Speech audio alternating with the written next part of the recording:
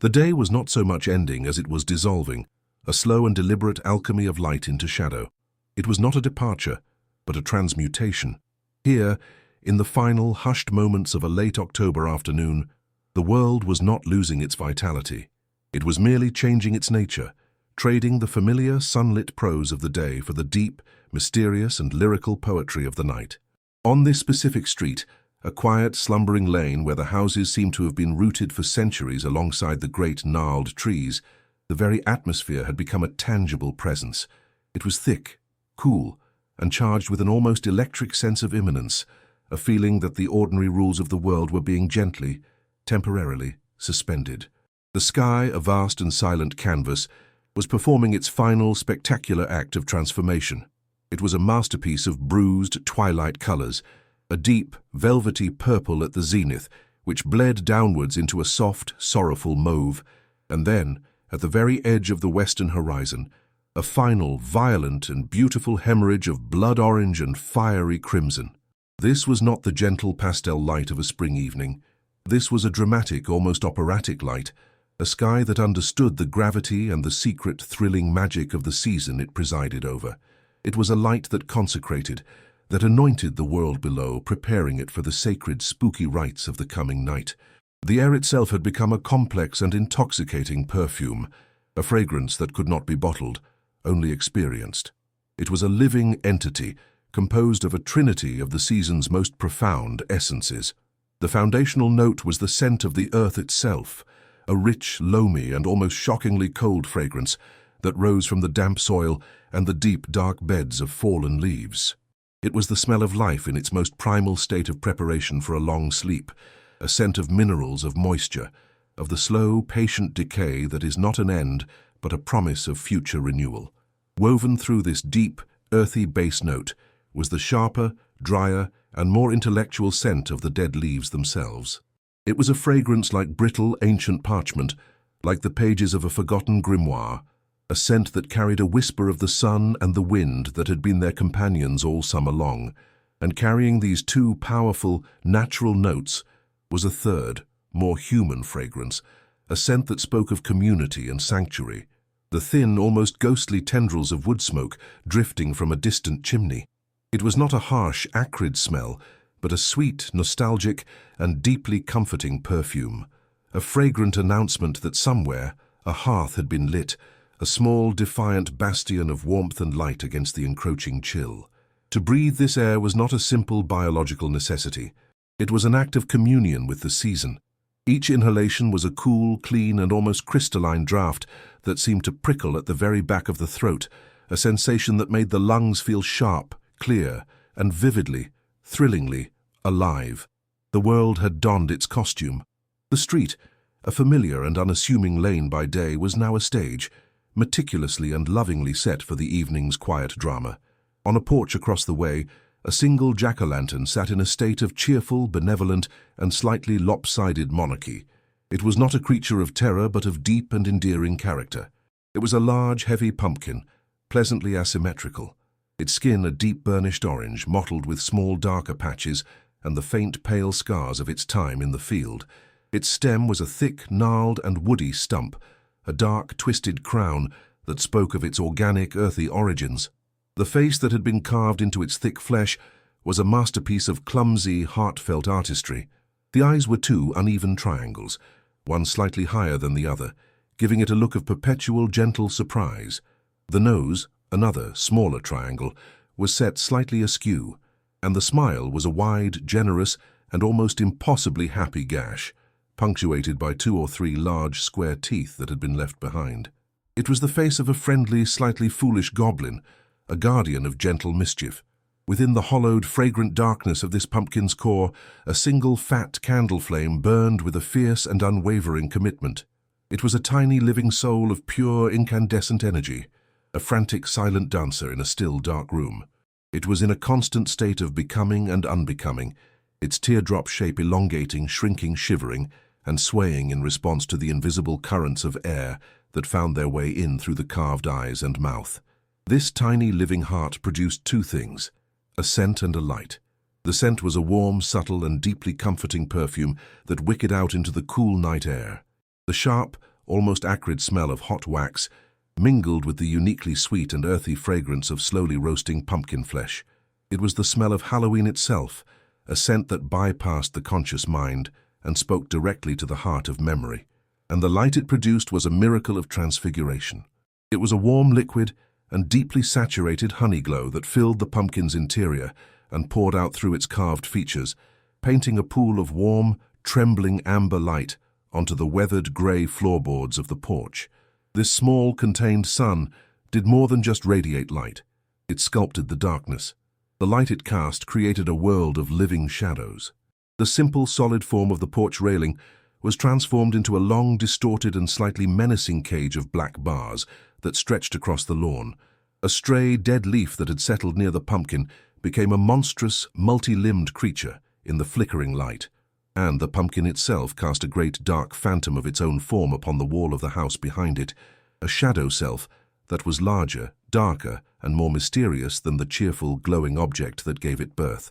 This silent, playful and ever-shifting shadow puppet show was a performance of pure magic, a beautiful and gentle reminder that the world is never just what it seems, that beneath the surface of the ordinary, a world of enchantment is always waiting to be revealed by the simple, honest light of a single flickering flame.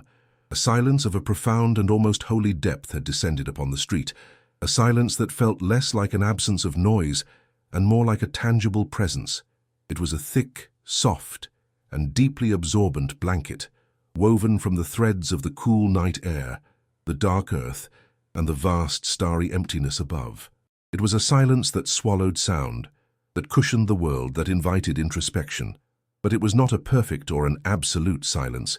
It was a canvas, and upon this vast, dark canvas, a few exquisitely small and delicate sounds were occasionally carefully painted, their very smallness making the surrounding silence seem all the more vast.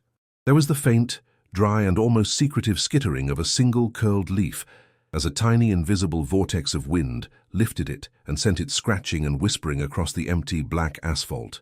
From a backyard somewhere far down the lane came the slow, low and deeply melancholic groan of a heavy wooden gate, swinging once on its old rusted hinges, a sound like the deep and weary sigh of a sleeping giant. These were not interruptions to the silence. They were the sounds of the silence itself, the small, intimate noises a world makes when it believes no one is listening. They were the auditory equivalent of the distant, cold and ancient light of the stars. And then into this vast and sacred quiet, a new sound began its slow and deliberate genesis. It did not arrive suddenly. It did not tear a hole in the fabric of the silence. Instead, it seemed to rise up from within it, as if the earth itself had decided to produce a rhythm. It was the sound of footsteps, a steady, purposeful and unmistakable crunching that announced the arrival of a human presence onto this quiet, waiting stage. The rhythm was not rushed, but it was energized, a crisp and forward-moving cadence that spoke of a mind alight with a new and wonderful purpose. And the sound itself was a complex and beautiful music, the definitive symphony of the season. To truly understand it, one had to slow down time to dissect the anatomy of a single solitary footstep. The beginning of the motion was silence, the moment when the foot, encased in a sturdy leather boot, was lifted from the ground and swung forward through the cool, resistant air. The first contact was not the crunch itself, but a soft preliminary compression of the uppermost, most brittle layer of leaves, a gentle, papery whisper. And then, as the full weight of the body was transferred downwards, the true sound was born. It was a glorious, percussive, and deeply satisfying shattering crunch, a complex and explosive report made of 1,000 tiny individual fractures.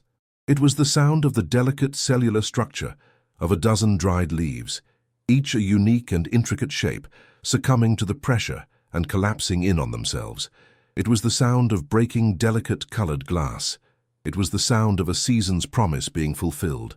And this loud central event was immediately followed by a secondary, softer and more intimate whisper, as the displaced leaves, now broken and disturbed, rustled and settled back into a new configuration around the solid, unmoving impression of the boot. Then, as the foot was lifted once more to begin the cycle anew, there was a final, faint and almost inaudible sigh, as a few of the lighter leaf fragments clung to the sole for a moment, before letting go and fluttering back to the ground. This entire complex and beautiful sonic event, which lasted no more than a second, was then repeated, and repeated again, creating a steady, hypnotic, and deeply reassuring rhythm. It was the sound of a journey's end. It was the sound of a narrative beginning. It was the sound of a bright, sudden, and joyfully frantic last-minute plan being carried, with purpose and with a heart full of bubbling, creative excitement, toward the warm, waiting sanctuary of home. The final few steps toward the front door were a pilgrimage across a mosaic of crushed leaves, a journey from the vast, enchanted theater of the night into the intimate, personal sanctuary of the home. The hand, emerging from the deep, warm sanctuary of a coat pocket, felt the immediate and shocking kiss of the October air. It was a cold that was not just a temperature, but a presence, a sharp, clean, and almost crystalline entity that seemed to suck the warmth from the skin in an instant. This sudden sensation was a final, bracing reminder of the world being left behind. The hand then closed around the doorknob. It was not a modern lever, but a heavy, round knob of solid cast brass, its surface a complex topography of smooth, worn areas and rough, patinated hollows. It was profoundly, almost painfully cold to the touch, a cold that felt ancient and deep, the accumulated chill of 1,000 autumn nights stored within its dense metallic heart. This was not simply an object for opening a door. It was the formal point of contact, the cold, firm handshake with the house itself, a silent, mutual acknowledgement that a transition was about to occur. The key, retrieved from the same pocket, was its mate, another piece of cold, heavy brass, its teeth worn and its edges softened by a lifetime of turning in this specific lock. The insertion was a familiar, precise motion, a sound of dry metallic scraping, followed by the deeply satisfying, low and resonant clunk of the tumblers aligning and the bolt sliding back. It was the sound of permission being granted. Pushing the door inward was like parting a heavy velvet curtain. It moved not with a light swing, but with a slow, majestic, and almost reluctant sweep, its old hinges groaning with a sound that was less a complaint and more a deep, contented sigh of recognition. The instant a gap was created, the first breath of the house rushed out to greet the arrival. This was not mere air. It was an atmosphere, a warm, tangible wave that washed over the senses, a stark and immediate contrast to the sharp, clean coolness of the night. It was a complex and layered perfume, a signature scent woven from 100 different threads of a life lived within. The foundational note was the warm, dry, and slightly sweet scent of old wood, the very bones of the house. Layered upon this was the faint, papery fragrance of books, a hint of aging paper, ink and leather bindings that drifted from the other rooms, a scent of quiet knowledge and stored stories.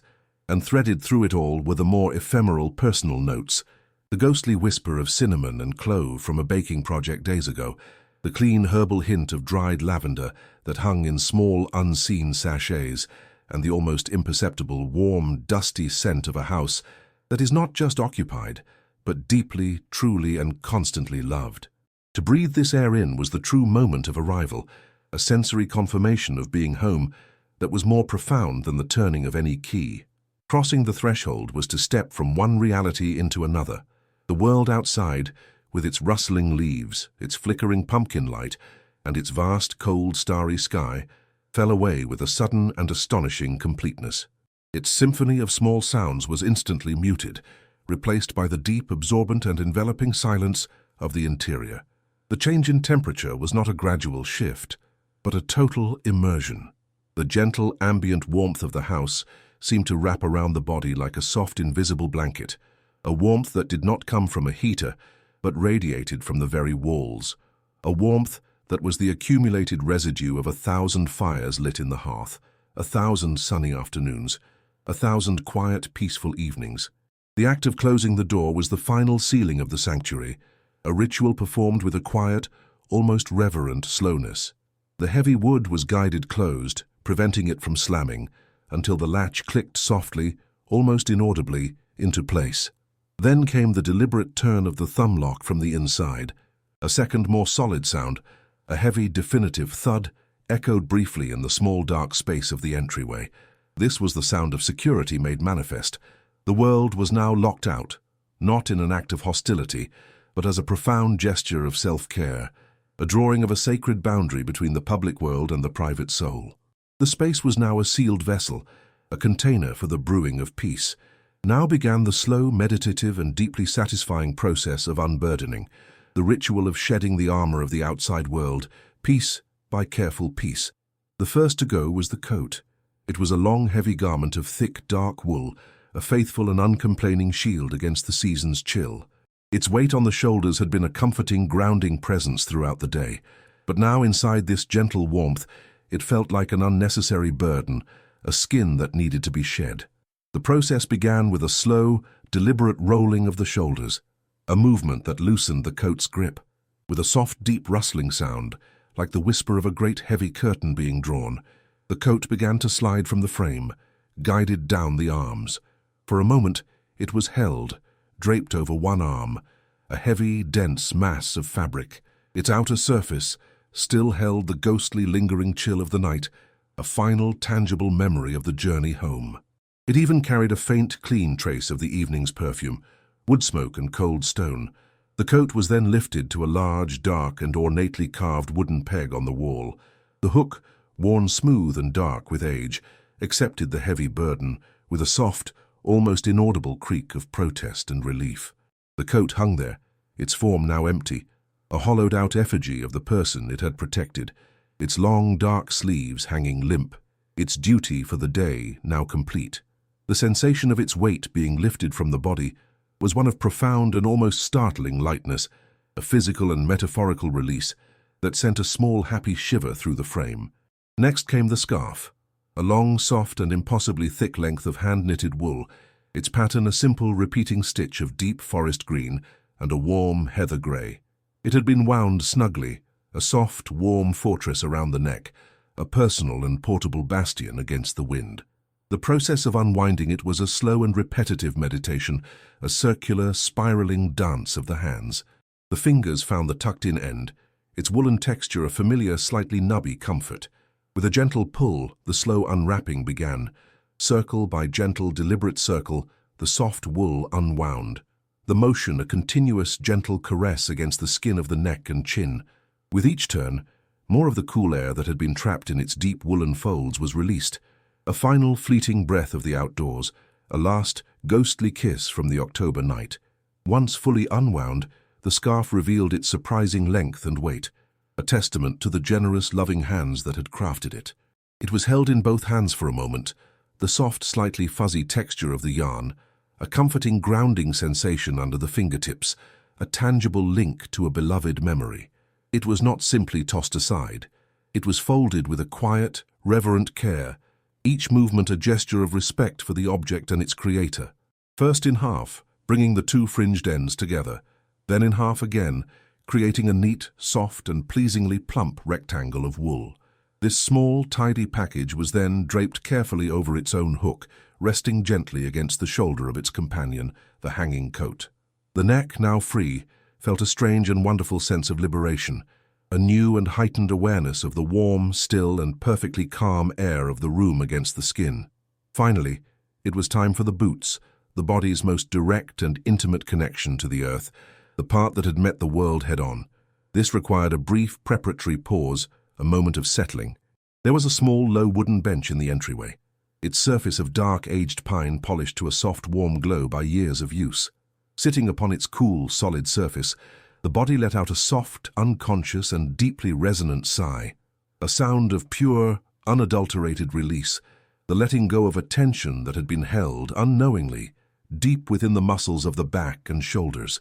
The boots were sturdy, practical and beautiful, made of a dark, oiled leather, with thick, honest soles that had crunched over 1,000 fallen leaves on this day alone. They were the body's steadfast and reliable servants. Unlacing them was a slow, focused and deeply satisfying task.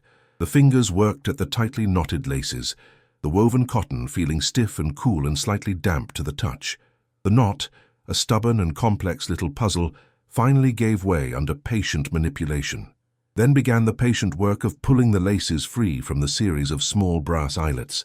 Each pull created a small, whispery zipping sound, zip, zip, zip, as the laces slackened their tight, corset-like hold.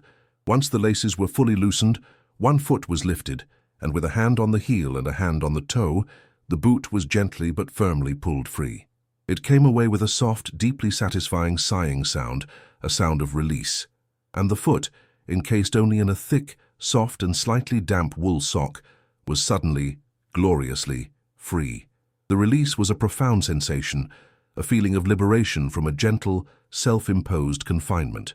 The warm sock-clad foot was placed upon the cool, smooth and shockingly solid wood of the floor. The contrast in texture and temperature, a sudden, pleasant and grounding shock. The entire process was then repeated, in a perfect mirrored symmetry, with the other boot. The two boots were then placed side by side, perfectly aligned, beneath the bench. They stood there, empty, still and slightly forlorn, their soles bearing a fine pale dust and the occasional small clinging fragment of a crushed leaf, the last physical remnants of the world outside, now neatly contained, respectfully set aside, and officially, finally, left behind. Stepping from the narrow, functional space of the entryway into the main living room was a transition akin to moving from a quiet, protected harbor out into the deep, still waters of a vast and silent lake. The character of the space shifted immediately and profoundly. The air itself seemed to change, losing the last lingering traces of the outdoor chill and becoming a thick, warm and deeply comforting medium, an atmosphere saturated not just with heat, but with the accumulated peace of 1,000 quiet evenings. The silence, too, was different here. In the entryway, it had been a silence of barriers, of a world shut out. Here, in the heart of the home, it was a silence of invitation, a vast, soft and absorbent quiet that seemed to have been woven from the threads of turning pages, of crackling fires, of contented, sleeping breaths. The floorboards under the sock-clad feet were no longer cool and bare, but covered by the deep, yielding pile of a heavy wool rug, a sensation that was not just a change in texture, but a physical welcome, a soft, plush hand rising up to meet the foot. The room was bathed in a gentle, profound darkness, a comfortable and known gloom where the familiar shapes of furniture stood not as objects, but as sleeping, benevolent presences, their silhouettes softly defined by the pale, ethereal moonlight that streamed in through the large, uncurtained windows. The absolute and undisputed heart of this room, the gravitational center around which its entire universe was organized, was the table. It was not a delicate, formal dining table, but a colossal and profoundly honest work table, crafted from thick, heavy planks of dark, ancient oak. It stood foursquare in the center of the room, its presence not an imposition but an anchor, a great, steady and unmovable island in a sea of quiet. Its sheer size was a statement of intent, a declaration that this was a space for gathering, for creating, for spreading things out and making a beautiful, productive mess. The wood itself was a living history book, its surface a rich, complex landscape that told the story of 100 different lives and 1,000 different moments. The predominant color was a deep, warm and nutty brown, but this was a bass note in a symphony of other shades. The grain of the oak was a series of long, elegant and almost calligraphic swirls and lines of a darker, almost blackish brown, a pattern that the eye could trace for minutes on end, finding new and beautiful arrangements in its hypnotic flow. The entire surface was sealed not with a modern glossy varnish, but with a deep hand-rubbed finish of beeswax and oil, which gave it a soft, low and almost edible luster, a glow that seemed to emanate from deep within the wood itself. To truly understand this table, one had to read the stories etched into its surface, a biography written in the language of imperfection. Running a hand across its vast expanse was a journey of tactile discovery. The surface was not a perfect, uniform plane. It was a terrain of gentle, rolling hills and shallow valleys, the wood having warped and settled over the decades into its final, comfortable shape. Here and there a deep, long scratch, now worn smooth and dark with age and polish, told the story of a dropped tool or a piece of furniture being carelessly dragged across its surface a generation ago.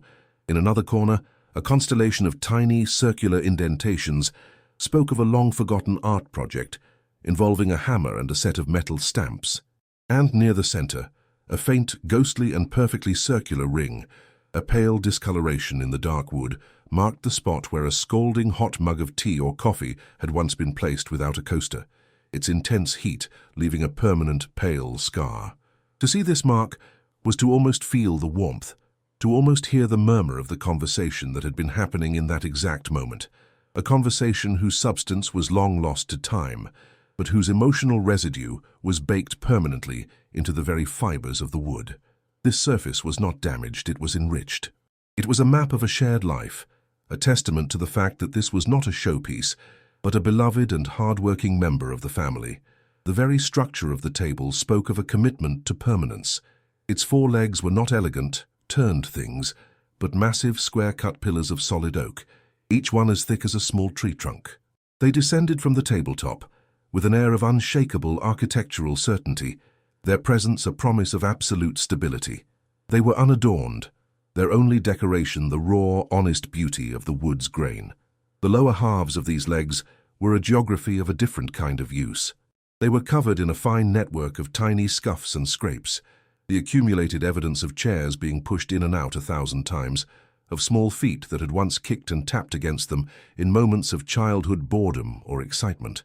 To look at these marks was to see the ghosts of 100 family meals, of 100 late-night conversations, of 100 sessions of quiet, solitary work. The table made its own sound, a language of deep, resonant gravity. If one were to lean on it, to press down with their full weight, it would not creak or wobble.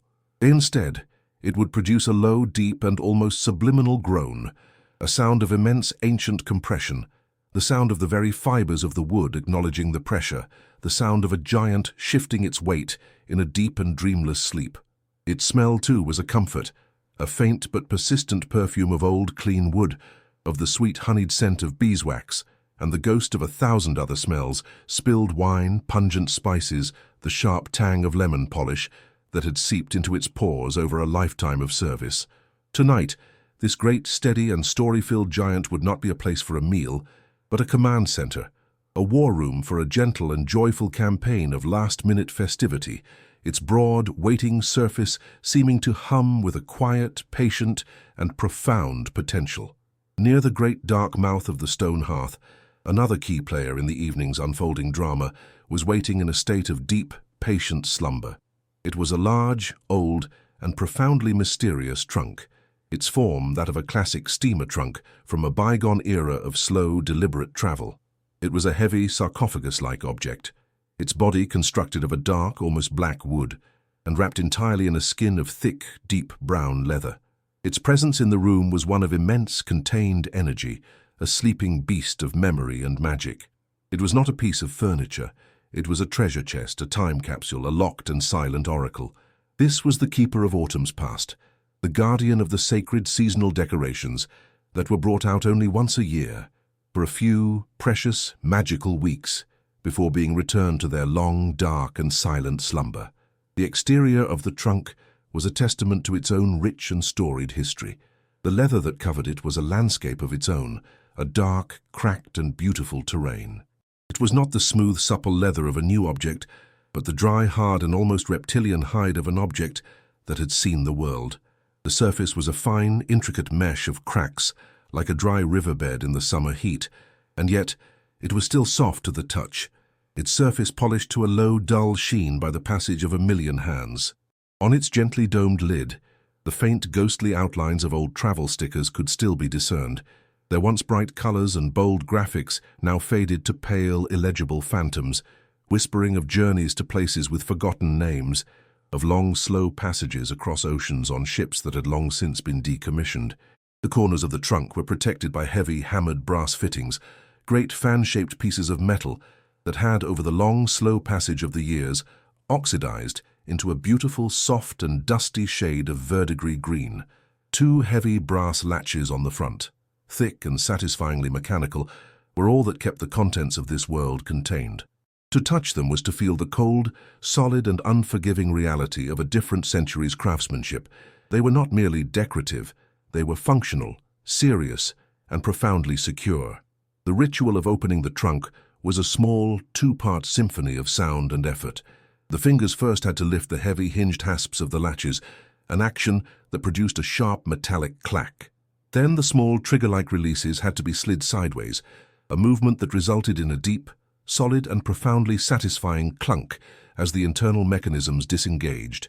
The sound was a proclamation, a definitive announcement that the seal was broken. Then came the lifting of the heavy lid. It was not a light or an easy task. The lid was immense, and the old ornate hinges at the back groaned in a deep, low and mournful protest, a sound like the slow opening of a crypt, a sound that spoke of a long and undisturbed rest being interrupted.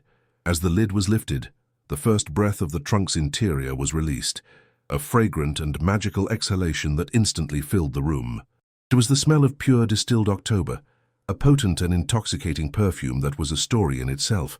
The dominant note was the sharp, spicy and almost overwhelmingly sweet scent of cinnamon sticks and whole cloves and dried orange peel, which were always scattered among the contents to ward off moths and mustiness.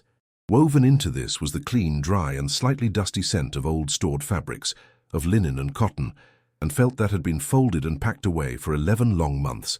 And underneath it all was the faint, sweet and uniquely nostalgic smell of aging papier-mâché, a scent that was inextricably linked to the memory of childhood Halloweens.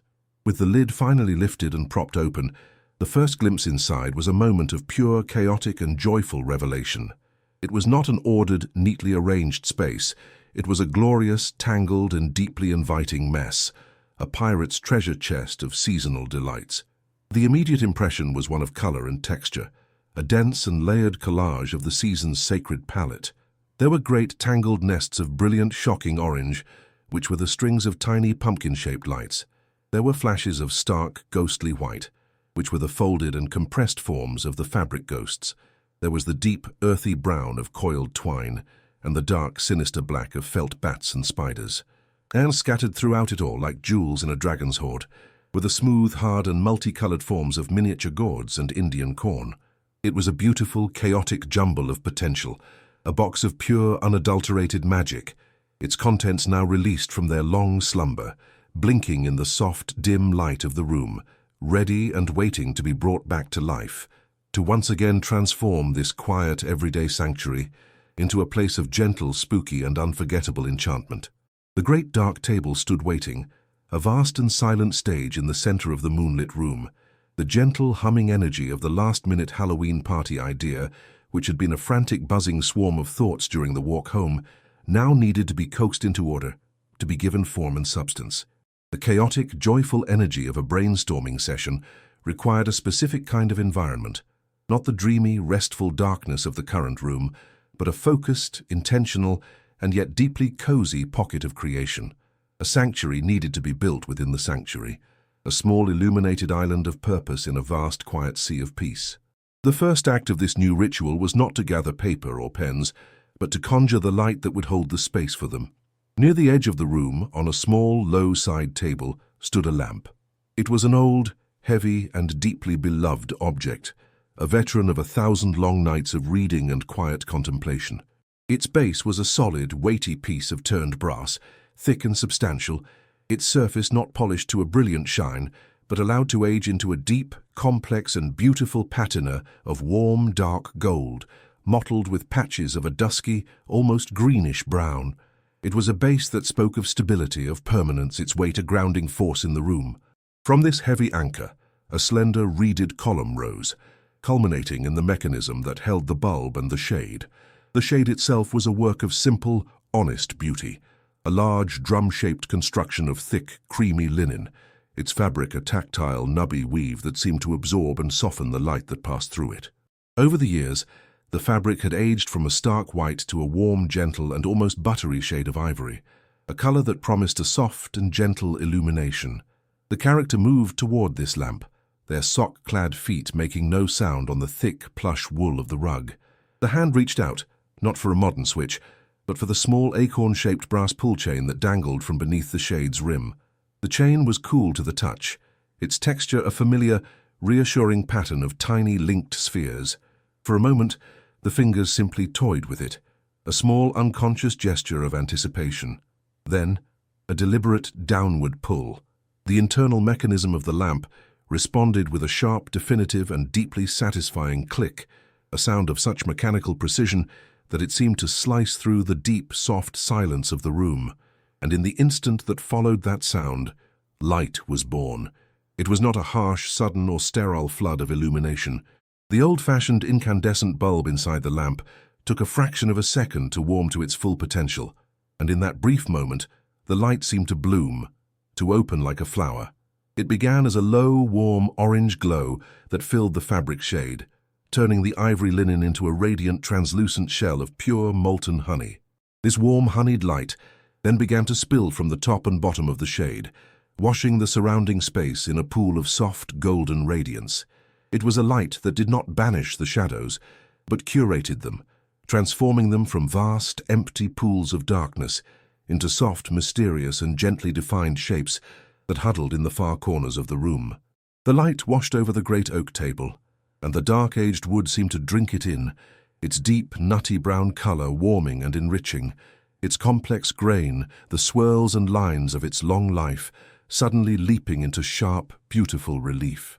The moonlight, which had been the room's sole illuminator, was now relegated to a secondary role, its cool, silvery light a beautiful, ethereal counterpoint to the warm, personal, and deeply intimate glow of the lamp. The entire atmosphere of the room had shifted from a space of quiet, passive rest to one of active, gentle, and focused potential. The stage was now lit. With the light established, the next step was to gather the sacred tools of the planning ritual. The first and most important was the notebook, the vessel that would contain the nascent party. It rested on a low shelf of the great bookshelf, in its designated protected space amongst the taller, more serious volumes. The character knelt, the movement slow and deliberate, the thick pile of the rug a soft cushion for the knees. The notebook was drawn from its shelf, a motion that was not a careless grab, but a respectful retrieval. Its cover was a thick, tactile, and deeply satisfying dark green linen, its texture a pleasing, honest weave under the fingertips. Its weight in the hands was substantial, a promise of the thick, creamy, and high-quality paper that lay within. It was carried to the table with both hands, as if it were a sacred text, and placed directly in the center of the warm, golden pool of lamplight. It lay there, closed, its dark green cover a patch of deep, cool forest in a field of warm sun, its potential a palpable, humming presence. But a notebook, however beautiful, is a silent and passive partner. It requires a catalyst, an instrument to coax the thoughts from the mind and give them a physical, permanent form on the page. On the mantelpiece above the hearth, there sat an old, heavy ceramic mug, its surface a mottled, earthy glaze of brown and ochre. It did not hold a drink. It held a small, chaotic, and bristling bouquet of pens and pencils. The character approached this collection, a small arsenal of creative potential. The fingers sifted through the contents, a process that produced a series of small, satisfying, clinking and rattling sounds as plastic and metal and wood jostled against each other. There were slim, modern ballpoints, old, half-sharpened pencils, and thick, vibrant markers. The search was for something specific, a tool that would match the gravity and the joy of the current task. And then, the fingers found it. It was a fountain pen, an old and trusted friend. It was not a flashy or an expensive instrument, but it was one of perfect balance and quiet, unassuming beauty. Its body was a simple cylindrical shape, crafted from a deep, glossy and almost black resin that felt cool, smooth and solid in the hand. Its only adornment was a thin, simple band of silver at the base of the cap. This pen was carried back to the table and laid with a quiet, reverent click on the linen cover of the notebook. The two objects, the vessel and the instrument, lay side by side, a pair of waiting, silent partners. The cap of the pen was unscrewed, a motion that required a few slow, deliberate turns. The fine metal threads of the mechanism made a soft, almost inaudible, whispery, grinding sound, a sound of precise and beautiful engineering. The cap was removed, revealing the heart of the pen, the nib. It was a small, elegant spade shape of polished steel, its tip a tiny, perfect sphere of iridium, its surface incised with a delicate, decorative pattern. A single, hair-thin slit ran down its center, the channel through which the ink, the very lifeblood of the plan, would soon flow. The cap was then posted, slid onto the far end of the pen's body, a small, secure click announcing that the tool was now assembled, balanced, and ready for work. The pen now felt longer, more substantial. Its balance shifted perfectly for the act of writing. The stage was lit, the tools were ready, but one final element was needed to complete the sacred circle of creation. A source of comfort, a warm, fragrant potion to fuel the mind and soothe the spirit. The journey was made once more to the quiet kitchen, where the heavy copper kettle sat sleeping on the stove.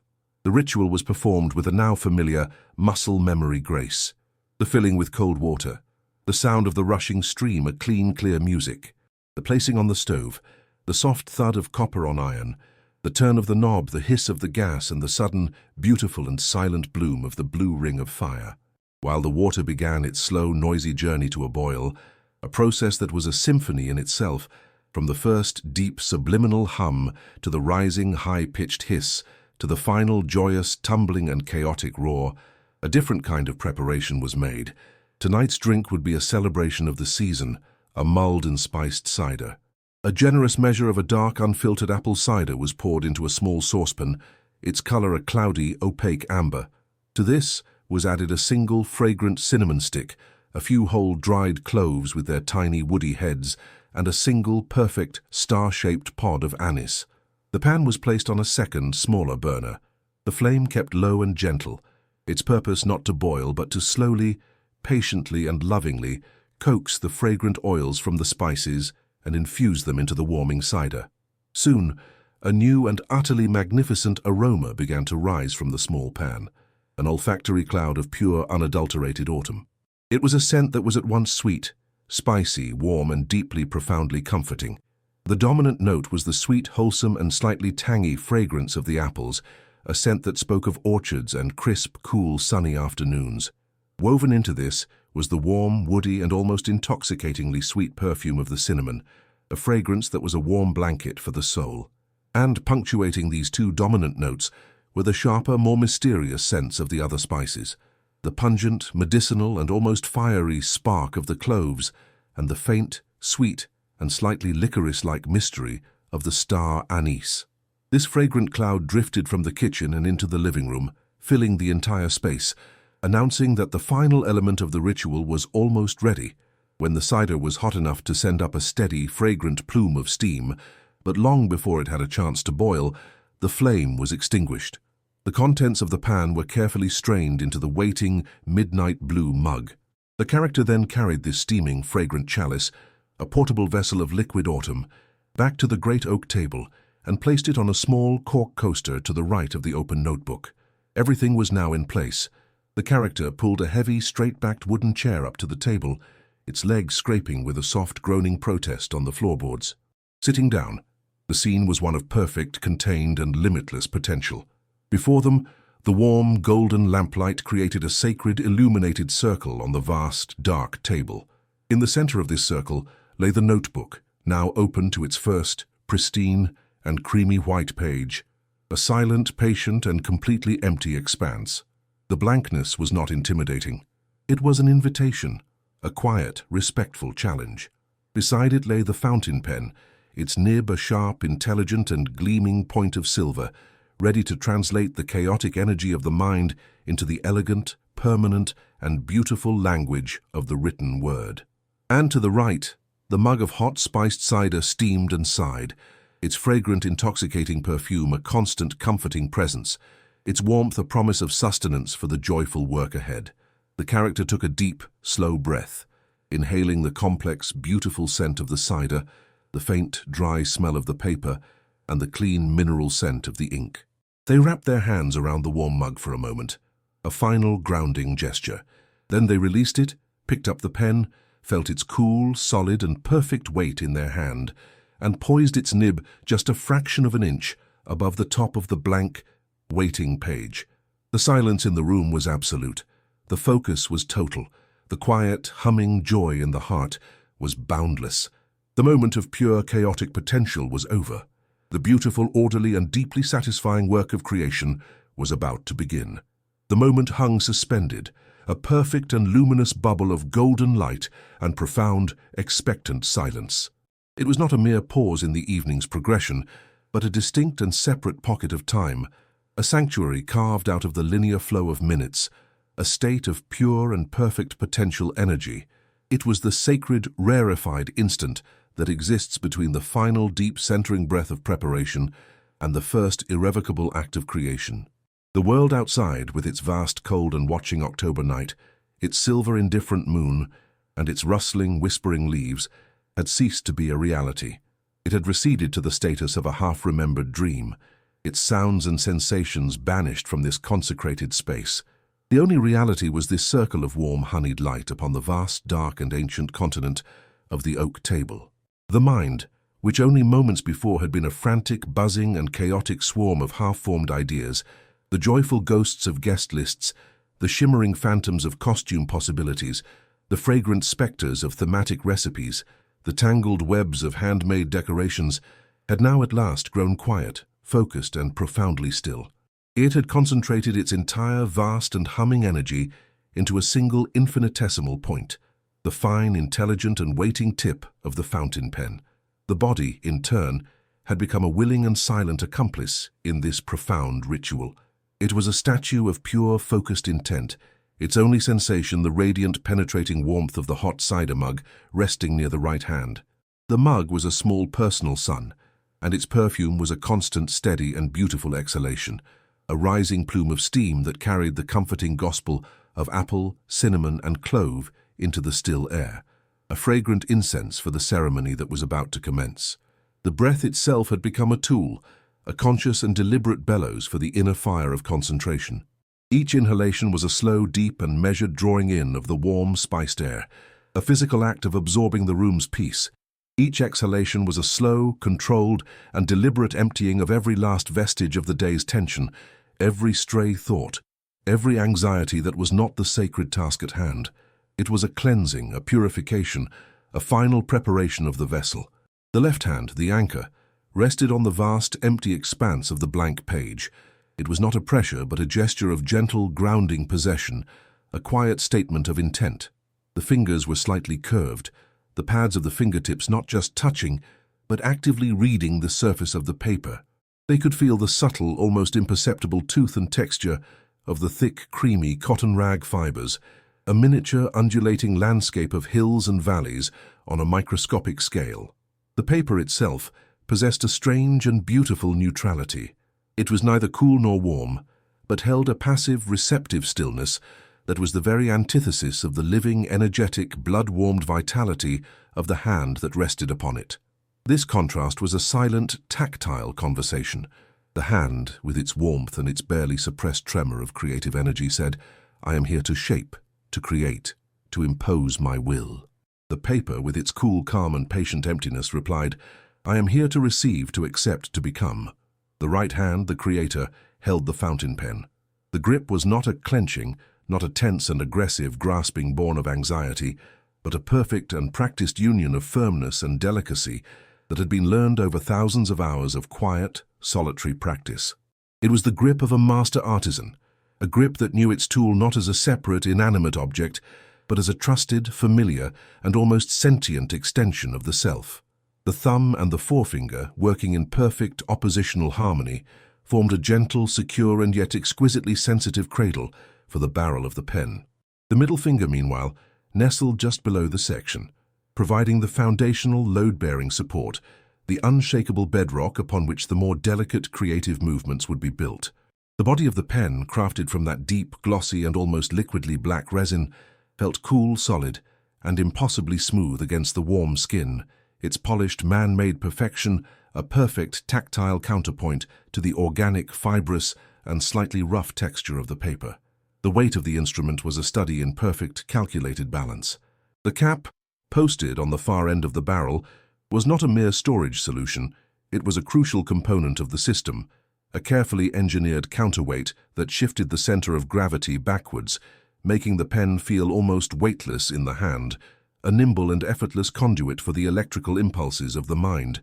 Then, and only then, the first movement began. It was a descent, a slow, exquisitely deliberate and almost infinitely controlled inclination of the right hand. It was not a fall. It was not a drop. It was a controlled, graceful and silent flight, a beautiful and gentle arc that brought the nib of the pen from its suspended, three-dimensional position in the warm golden air down toward the flat, two-dimensional and waiting world of the page.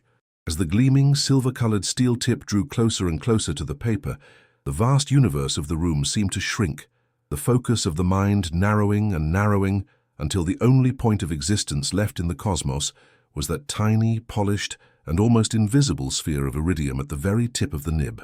It glinted and shone in the warm light of the lamp, a single microscopic and impossibly bright star, preparing to land on a creamy white planet.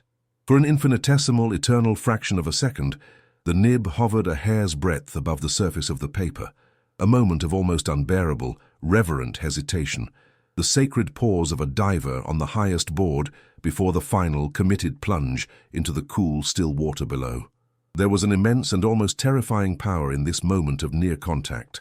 It was the instant before a first kiss, before the first note of a great symphony is played, the moment when all possibility is still infinite, because nothing has yet been made real, nothing has yet been committed to the beautiful, terrible, and irreversible permanence of the written word. And then contact. There was no sound. There was no impact. It was a union so gentle, so silent, so exquisitely controlled, that it was felt more as a subtle and profound change of state than as a physical event. The cool, hard, and unyielding tip of the metal met the soft, slightly porous, and infinitely receptive surface of the cotton fiber. The sensation of this union was a complex and beautiful thing. It traveled up from the nib, through the resonant body of the pen, and into the highly sensitive nerve endings of the fingertips, a tiny, almost imperceptible, and deeply satisfying thrum, a high-frequency vibration of pure, unadulterated connection. It was the feeling of a circuit being completed, of a switch being thrown in a silent, cosmic powerhouse. In that instant, the four separate elements of the ritual, the pen, the hand, the mind, and the paper, ceased to be separate.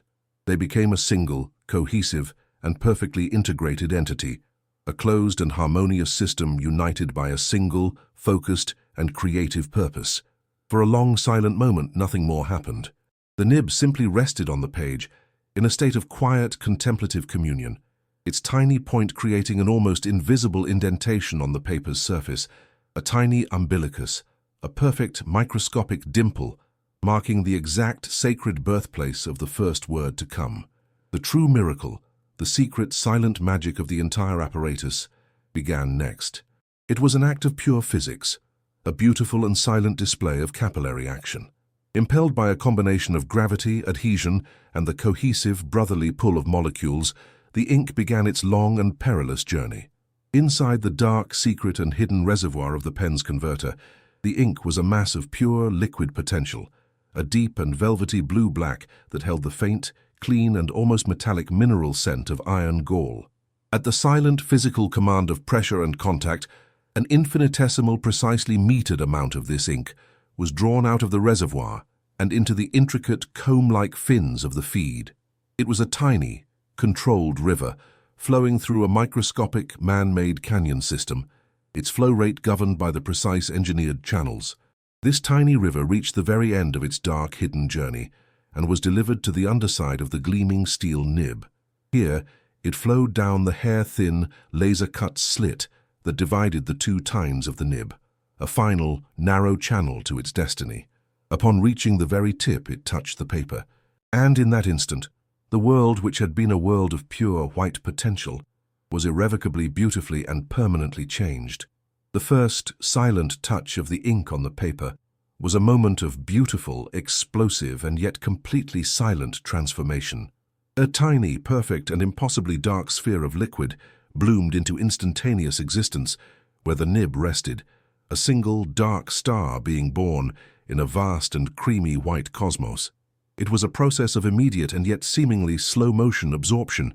The eye, if it could have magnified the event 1,000 times, could have perceived the individual thirsty cotton fibers of the paper wicking the dark ink into themselves, the blue-black liquid spreading like a magical tide through the microscopic, fibrous network, creating a soft, subtle, and almost imperceptible fuzzy halo of a lighter, grayer shade around the central darker point of contact.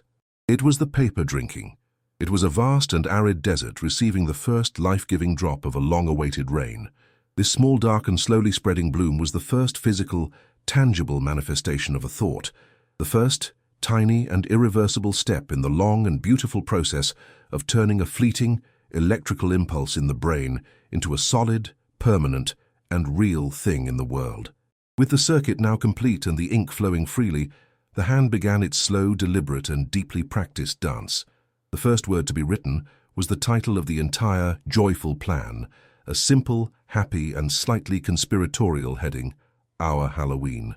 The formation of the very first letter, the capital O, was a slow, circular, and profoundly satisfying motion. The hand, a marvel of biological engineering, pivoted smoothly and gracefully from the wrist, the pen held at a constant, unvarying, and perfect angle to the page. The nib began to move, and as it did, it produced the faintest, most beautiful, and most intimate of sounds. It was not a scratch, not a scrape, not a sound of friction. It was a soft, continuous, and almost melodic whisper, a gentle and insistent shh, like the sweep of the finest silk brush on a sheet of vellum. It was the secret sound of the polished metal tip gliding effortlessly across the fibrous, textured surface of the paper. It was the sound of creation itself. The downstroke of the O was a steady, controlled pull, the pressure from the fingers increasing by a fractional, almost imperceptible amount. This tiny increase in pressure caused the two delicate tines of the nib to spread apart by a microscopic, almost theoretical distance, which in turn allowed a slightly more generous flow of ink, laying down a broader, wetter, and darker line. The light from the lamp caught this wet, glistening line, and it shone with the deep, glossy, and almost three-dimensional sheen of liquid night. Then came the upstroke, the delicate and graceful completion of the circle. The pressure on the nib lessened instantly and intuitively. The tines came back together, and the line of ink became finer, lighter, a more delicate, hair-thin whisper of blue-black. The hand completed the shape, the end of the stroke meeting its own beginning in a perfect, seamless, and deeply satisfying union. The result was not just a letter. It was a small, perfect, and beautiful object in its own right, a perfect, dark, and shining enclosure on the vast, blank, white page, a tiny, self-contained world. The dance continued. The gentle, two-humped camel of the U, the short, sharp downstroke, and the elegant, blossoming arch of the R. Each letter was formed with the same slow, deliberate, and deeply mindful grace, the hand moving with a fluid, rhythmic, and practiced economy of motion. It was not the fast, thoughtless, and almost violent scrawl of a hurried, utilitarian note, but the careful, patient, and loving calligraphy of a monk illuminating a sacred manuscript, where the beauty of the form was as important as the meaning of the word. The small, silent, and perfectly judged pauses between the letters were as crucial to the composition as the letters themselves. The strong, definitive, and perfectly horizontal crossbar of the H in Halloween, the two perfectly parallel and ruler-straight downstrokes of the double L, the joyful, repeated, and open-mouthed wonder of the double O's, the final, elegant, and gently swooping tail of the N. As the last letter was completed, the pen was lifted from the page, the connection broken. The word Halloween sat there on the page, shining and wet and perfect and real. It was a piece of magic. It was a beautiful, dark incantation that had not existed in the world a moment before, and that had now been officially, joyfully, and irrevocably cast. The pen lifted from the page a quiet and final act of separation, and in the silence that followed, a new world bloomed. The frantic, forward-moving energy of creation, the electrical impulse that had flowed from mind to hand to ink, had now ceased. In its place, a different kind of energy began to fill the warm, golden circle of light, the deep, resonant, and profoundly satisfying energy of existence. The thing had been made. The thought had been given a body. And now the ritual shifted from one of doing to one of simply being, a complete and total immersion in the rich, complex, and beautiful sensory landscape that this single, simple act had brought into being. It was a mosaic of sensation, each tile a different sense, meticulously and lovingly examined, each one a separate and beautiful path leading back to the same central truth of quiet, contented joy. The first sense to awaken, or rather, to be truly noticed, was sight. The eyes, which had been focused with a laser-like intensity on the mechanical act of forming the letters, now relaxed, their focus softening and widening, allowing them to truly see what they had made. The words, Our Halloween, sat upon the page not as a mere collection of symbols, but as a piece of newly born art, still wet and shimmering with the miracle of its own birth. The ink was the most captivating element, a substance of profound and living beauty. It was a deep and lustrous blue-black, not a flat uniform color, but a complex and shifting landscape of shade and light. Where the ink had pooled at the end of a downstroke, It was an almost perfect solid black, a tiny fathomless pool of liquid night. But where the upstrokes were finer, the color was a lighter, more translucent shade, a deep, dusky indigo that allowed the faint, creamy warmth of the paper to show through. The most magical quality of the ink, however, was its wetness. Under the warm, golden glow of the lamp, the fresh lines shone with a slick, glossy, and almost three-dimensional sheen. They were not flat marks on a page. They were raised, liquid rivers, tiny sculpted channels of captured darkness, their surfaces reflecting the lamplight in a series of sharp, brilliant, and almost blinding highlights. The eyes watched, fascinated, as the slow, inexorable process of drying began. It was not a sudden event, but a gradual and beautiful transformation, a slow-motion magic trick. The brilliant liquid sheen began to recede, not by disappearing but by sinking, by being drawn down into the thirsty, fibrous depths of the paper. The edges of the letters, which at first had a soft, slightly fuzzy halo where the ink had bled into the microscopic fibers of the page, began to sharpen and clarify, the soft blur resolving into a crisp, definitive and permanent line. The color itself seemed to deepen, losing its watery translucence and settling into a more mature, velvety and matte finish. To watch this process was to watch a memory being formed in real time, to witness a fleeting liquid moment solidifying into a hard, dry and permanent piece of history. And then there was the paper itself, the creamy, silent world upon which this small, dark drama was unfolding. It was not a stark, sterile white, but a warm, gentle shade of ivory, a color that seemed to absorb the golden lamplight and radiate it back with a soft, gentle and welcoming glow. The vast empty space that surrounded the two words now had a new and profound character. It was no longer a void. It was a field of potential, a silent promise, a vast, quiet desert waiting for more dark, life-giving rivers of ink to be drawn across its surface. The silence that rushed in to fill the void left by the whispering nib was not an emptiness. It was a substance, a presence with its own weight, texture, and complex architecture. The ears, now attuned to the most minute of frequencies, began to dissect this silence, to explore its intricate and beautiful layers. The loudest sound in this quiet world was the sound of the character's own body, a gentle, rhythmic, and deeply reassuring orchestra of life. There was the slow, steady, and almost inaudible whoosh of the breath, the gentle in and out of air that was the body's most fundamental mantra. And beneath that, if one listened with an almost impossible focus, was the low, deep, and steady thrum of the heartbeat, a sound felt more as a faint, resonant vibration in the bones of the chest than as something heard with the ears. This was the foundation of the silence, the personal, biological rhythm that anchored the moment. Layered upon this was the secret, quiet life of the room itself. The old house, a living, breathing entity, contributed its own gentle, sporadic percussion. There was a sudden, soft and almost apologetic tick from somewhere deep within the walls, the sound of an old wooden beam contracting as it cooled, a sound like a joint popping in a sleeping giant. The great leather-bound trunk in the corner, which had been disturbed for the first time in a year, let out a low, almost subliminal groan as its own ancient structure settled, a sound of deep, slow, and weary contentment. The lamp, the source of the golden light, also had its own voice. It was not a sound, but the idea of a sound, an almost synesthetic hum, the imagined high-frequency vibration of the hot, glowing filament within the glass bulb, a constant, steady, and unwavering note of pure, golden energy. And closer, more intimately, there was the mug of cider. From its warm, steaming surface, a tiny bubble of trapped air would occasionally rise and pop, with a faint, wet, and almost inaudible plink, a tiny, liquid punctuation mark in the long, slow sentence of the silence. And finally, there was the third layer of the silence, the relationship between the inside and the outside world.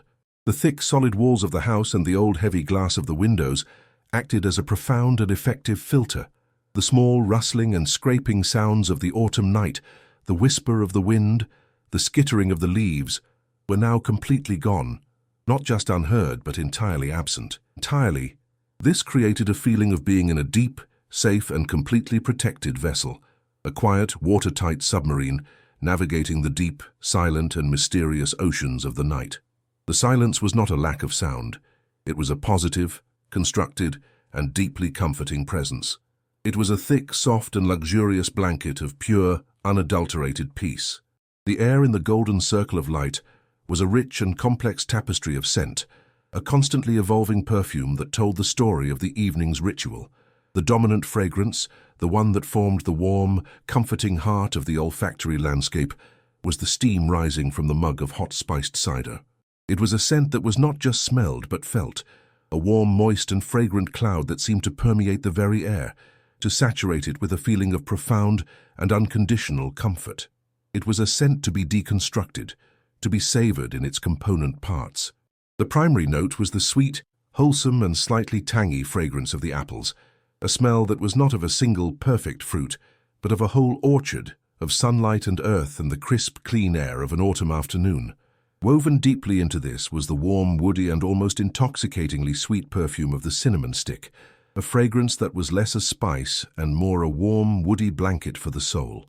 And punctuating these two dominant notes were the sharper, more mysterious and more exotic scents of the other spices, the pungent, medicinal and almost fiery spark of the whole cloves, and the faint, sweet and almost otherworldly licorice-like mystery of the star anise.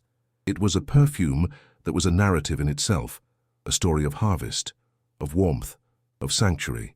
But a new scent had now been introduced into this warm, sweet world, a quiet, cool, and intellectual counterpoint. It was the faint, sharp, and almost metallic mineral scent of the iron gall ink, still off-gassing from the wet lines on the page. It was not a strong or an overwhelming scent, but a subtle and persistent one, a scent that had to be sought out. It was a clean, cool, and slightly acidic fragrance, the smell of permanence, of history, of libraries, of official documents, and long-forgotten letters. It was a smell that spoke of the mind, while the cider spoke of the heart. And these two dominant fragrances, the warm, emotional, and comforting cloud of the spiced cider and the cool, intellectual, and precise whisper of the ink, did not clash. They complemented each other perfectly, creating a beautiful and complex harmony. They were supported by the bass notes of the room's other, more constant perfumes, the faint, clean, and almost cottony scent of the notebook's paper, and the deep, sweet, and resinous scent of the beeswax polish on the oak table, a scent that was being gently warmed and released by the heat of the lamp. The air was a potion, a complex and beautiful brew of comfort, creativity, history, and home. The world of touch was a study in rich and beautiful contrasts, a deep and grounding exploration of texture, temperature, and weight. The right hand, the creator, still felt the ghost of the pen it had just set down. There was a faint, almost invisible indentation on the side of the middle finger where the barrel had rested, a tiny, physical testament to the act of creation. The muscles in the hand, the tiny, intricate network of ligaments and tendons that had performed the delicate ballet of calligraphy, now felt a deep and profound sense of release, a gentle, humming and deeply satisfying ache of a job well done. The left hand, the anchor, was a map of different sensations. The pads of the fingertips felt a new intimacy with the texture of the page, while the palm of the hand could feel the distinct and pleasant warmth that its own body heat had imparted to the paper, a small, warm island on a cool, creamy sea. And then there was the body itself. The hard, honest, and unyielding wood of the straight-backed chair provided a firm, grounding pressure against the spine, a silent reminder to sit up straight, to be present, to be focused. The feet, clad in their thick, soft wool socks, rested on the floorboards, but they were insulated from the coolness of the wood by the thick, plush, and forgiving pile of the wool rug.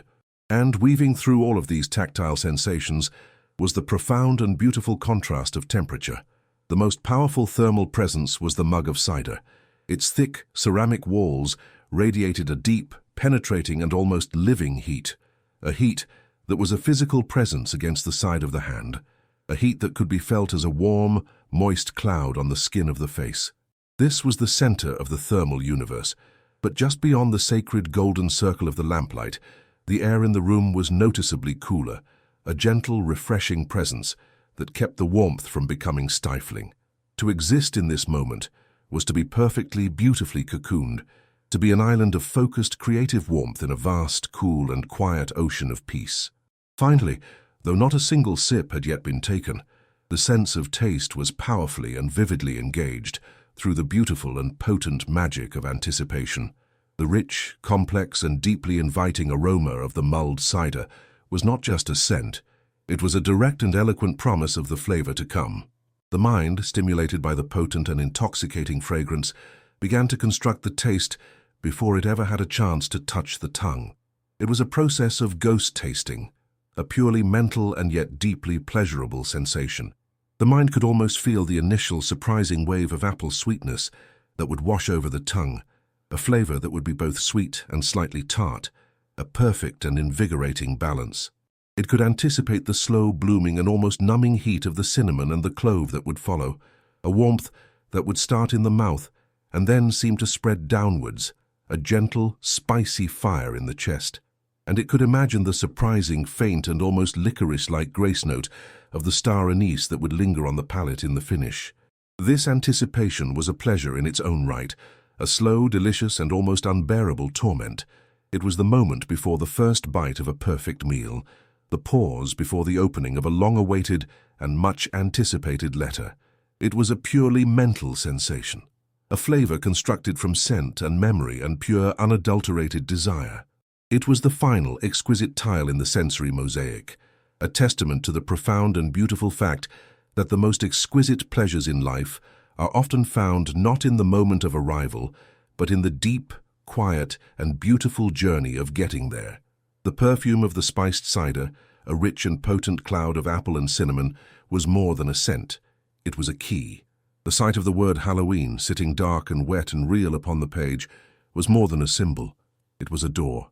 And together the key turned in the lock, the door swung open, and the present moment, with its solitary, lamplit quiet, began to dissolve. It was not a violent or a sudden shift, but a gentle, inexorable and beautiful bleed-through, as if the very air in the room was a canvas upon which another, older and more deeply cherished reality was beginning to paint itself. The cool silver moonlight at the windows began to warm, its ethereal glow slowly transmuting into the thick, golden and almost syrupy light of a long-ago autumn afternoon. The deep, absorbent silence of the room was gradually filled with the faint, ghostly echoes of other, younger sounds. The distant, happy shrieks of other children playing in other yards, the rhythmic wet scraping of a metal spoon against a soft, yielding surface, and the low, warm, and impossibly comforting murmur of a beloved voice. The memory was not a recollection, it was a return. It was a complete and total immersion into a moment so perfectly preserved in the amber of the heart that to re-enter it was to live it all over again, with all its original, breathtaking, and unconditional love. The room was not the same, and yet it was. It was the same kitchen, but younger, brighter, and filled with a beautiful, productive, and slightly chaotic mess. The great round wooden table that stood in the center of the room was not a pristine, ordered workspace, but a battlefield of joyful creation, its entire surface protected by a thick, rustling layer of old newspapers, their black and white print a chaotic and beautiful backdrop for the riot of vibrant orange that dominated the scene. The light, the glorious golden late October afternoon light, was a physical presence, a tangible substance that poured in through the large window over the sink. It struck a large glass bowl on the countertop, a bowl filled with water, in which a dozen perfect red apples were bobbing and floating, turning each apple into a glowing, edible jewel. It illuminated the fine, pale dust of flour that seemed to coat every surface, a silent, happy testament to an earlier baking project. And it laid a perfect, warm and welcoming patch of pure, captured sunshine upon the faded linoleum floor, a sacred space where a small black cat lay curled in a tight, sleeping ball of pure, contented bliss. The air in this remembered kitchen was a symphony of the season's most sacred scents. The dominant perfume was the sharp, green, earthy, and almost shockingly alive scent of raw, freshly excavated pumpkin flesh. It was a smell that was at once clean and messy, a fragrance of the garden, of the soil, of life in its most raw and vibrant form. Woven into this was the warm, toasty, and almost nutty aroma of pumpkin seeds roasting in the oven, a scent that was a promise of a future, salty, and deeply satisfying treat. And underpinning these two powerful, festive notes was the same beautiful and deeply comforting fragrance that had triggered this very memory. The warm, sweet, and spicy cloud of hot mulled cider, simmering gently in a large pot on the stove, a constant, fragrant, and life-affirming presence that filled every corner of the room with a sense of profound and unshakable well-being. And at the heart of this warm, sunlit, fragrant, and beautifully messy world sat the grandmother. She was not a distant, ethereal figure, but a solid, real, and deeply engaged presence, the high priestess of this joyful autumnal ceremony. She sat at the table, her body leaning forward, her entire being focused on the great, magnificent, and impossibly orange pumpkin that sat between her and the child. Her hair, a beautiful and chaotic cloud of the finest, softest white, had escaped from its pins and now formed a gentle, shimmering halo around her head in the golden afternoon light. Her face was a mask of pure, unadulterated, and slightly mischievous concentration. Her pale blue eyes, framed by a beautiful, intricate, and life-affirming network of smile wrinkles, were narrowed in focus. A tiny, almost invisible smudge of orange pumpkin pulp was smeared across one of her weathered cheeks, a badge of honor in her happy, messy work. Her hands, those beautiful, gnarled, and infinitely capable instruments of love, were the stars of the show. One hand was plunged wrist-deep into the dark, hollowed-out interior of the great pumpkin, while the other wielded a large, sturdy metal spoon, its silver bowl already stained a pale, translucent orange. "Now, this is the most important part," she said, her voice a low, warm, and conspiratorial murmur. It was a voice that never rushed, a gentle, melodic sound that was as comforting as the scent of the cider on the stove. "You have to get all the stringy bits out, all the gunk. A jack-o'-lantern must have a clean and tidy house on the inside, even if he has a very silly face on the outside." She looked up at the child and she winked, a tiny, crinkling gesture that was a secret message of shared, joyful conspiracy. "Especially if he has a very silly face on the outside." The child's own hands were engaged in their own, smaller, but equally important part of the ritual. Next to the great pumpkin sat a large, heavy ceramic bowl, and it was filled with the slimy, stringy, and wonderfully messy pulp that the grandmother was excavating. The child's task was to be the treasure hunter. Their small fingers were plunged into the cool, slippery, and almost alien-feeling mass of orange strings and pumpkin goo, and their mission was to find and rescue every single precious pearl-white seed. It was a task of profound and almost overwhelming sensory engagement. The feel of the pulp was a strange and wonderful thing, at once fibrous and slippery, cool and yet somehow alive. And the seeds themselves were perfect, beautiful objects, smooth, flat, and teardrop-shaped, their surfaces coated in a slick, gelatinous film that made them notoriously difficult to hold onto. For every seed that was successfully rescued and placed into a smaller, cleaner bowl, another would shoot from the fingers and go skittering across the newspaper-covered table, a tiny, escaped prisoner of war. The grandmother would laugh, a low, warm, and rumbling sound like the purr of the sleeping cat, every time one escaped. "They're lively little things, aren't they?" she would say. "They want to have their own adventure." The rhythmic, repetitive sound of the great metal spoon scraping against the soft, inner wall of the pumpkin was the afternoon's steady and comforting percussion. It was a wet, satisfying, and slightly hollow sound. Scrape, scrape, scrape. A sound of diligent, purposeful, and loving work. With each scrape, the grandmother would pull out another handful of the stringy orange treasure, her strong, gentle fingers working with a practiced and unthinking efficiency. The pile in the child's bowl grew higher and higher, a small, fragrant mountain of autumnal gold. This was not a chore, this was not a task, this was a form of magic. It was the deep, cellular, and foundational understanding that the best things in life were not bought but made. It was the lesson that joy could be found in a mess, that a sacred ceremony could be conducted on a newspaper-covered table, and that the most profound and lasting magic in the world was the magic that you created with your own two hands, with a little bit of patience and with a whole lot of love. Finally, the great excavation was complete. The grandmother withdrew her hand from the pumpkin's interior and declared with an air of mock surgical gravity, "The patient is clean." She then took a soft, damp cloth and wiped the exterior of the great orange globe, polishing its skin until it shone with a deep, healthy, and vibrant luster in the golden light. "Now," she said, her voice dropping to a conspiratorial whisper, "the most difficult question of all. What kind of a face shall he have this year? A happy face, a spooky face, a surprised face, or a very, very silly face?" The child considered this with the profound seriousness that such a question deserved. The decision was not to be taken lightly. This was not just a face. This was a personality. This was the character of the guardian who would sit on their porch and greet the trick-or-treaters of the night. After a long and silent period of deep, heartfelt deliberation, the verdict was reached. "A happy and a spooky face," the child declared, a perfect and diplomatic compromise. The grandmother's eyes twinkled with delight. "A happy and a spooky face it is," she said, "the very best kind." And with a thick black felt-tipped marker, she began to draw, her hand moving with a slow and surprisingly steady confidence. She drew one eye as a cheerful, friendly circle. She drew the other as a sharp, menacing triangle. She drew a nose that was a simple, surprised-looking square. And she drew a great, wide and slightly manic smile, a jagged, toothy gash that was at once joyful and deeply, wonderfully sinister. She then handed a smaller, much less sharp carving knife to the child, and she took the larger, more serious one for herself.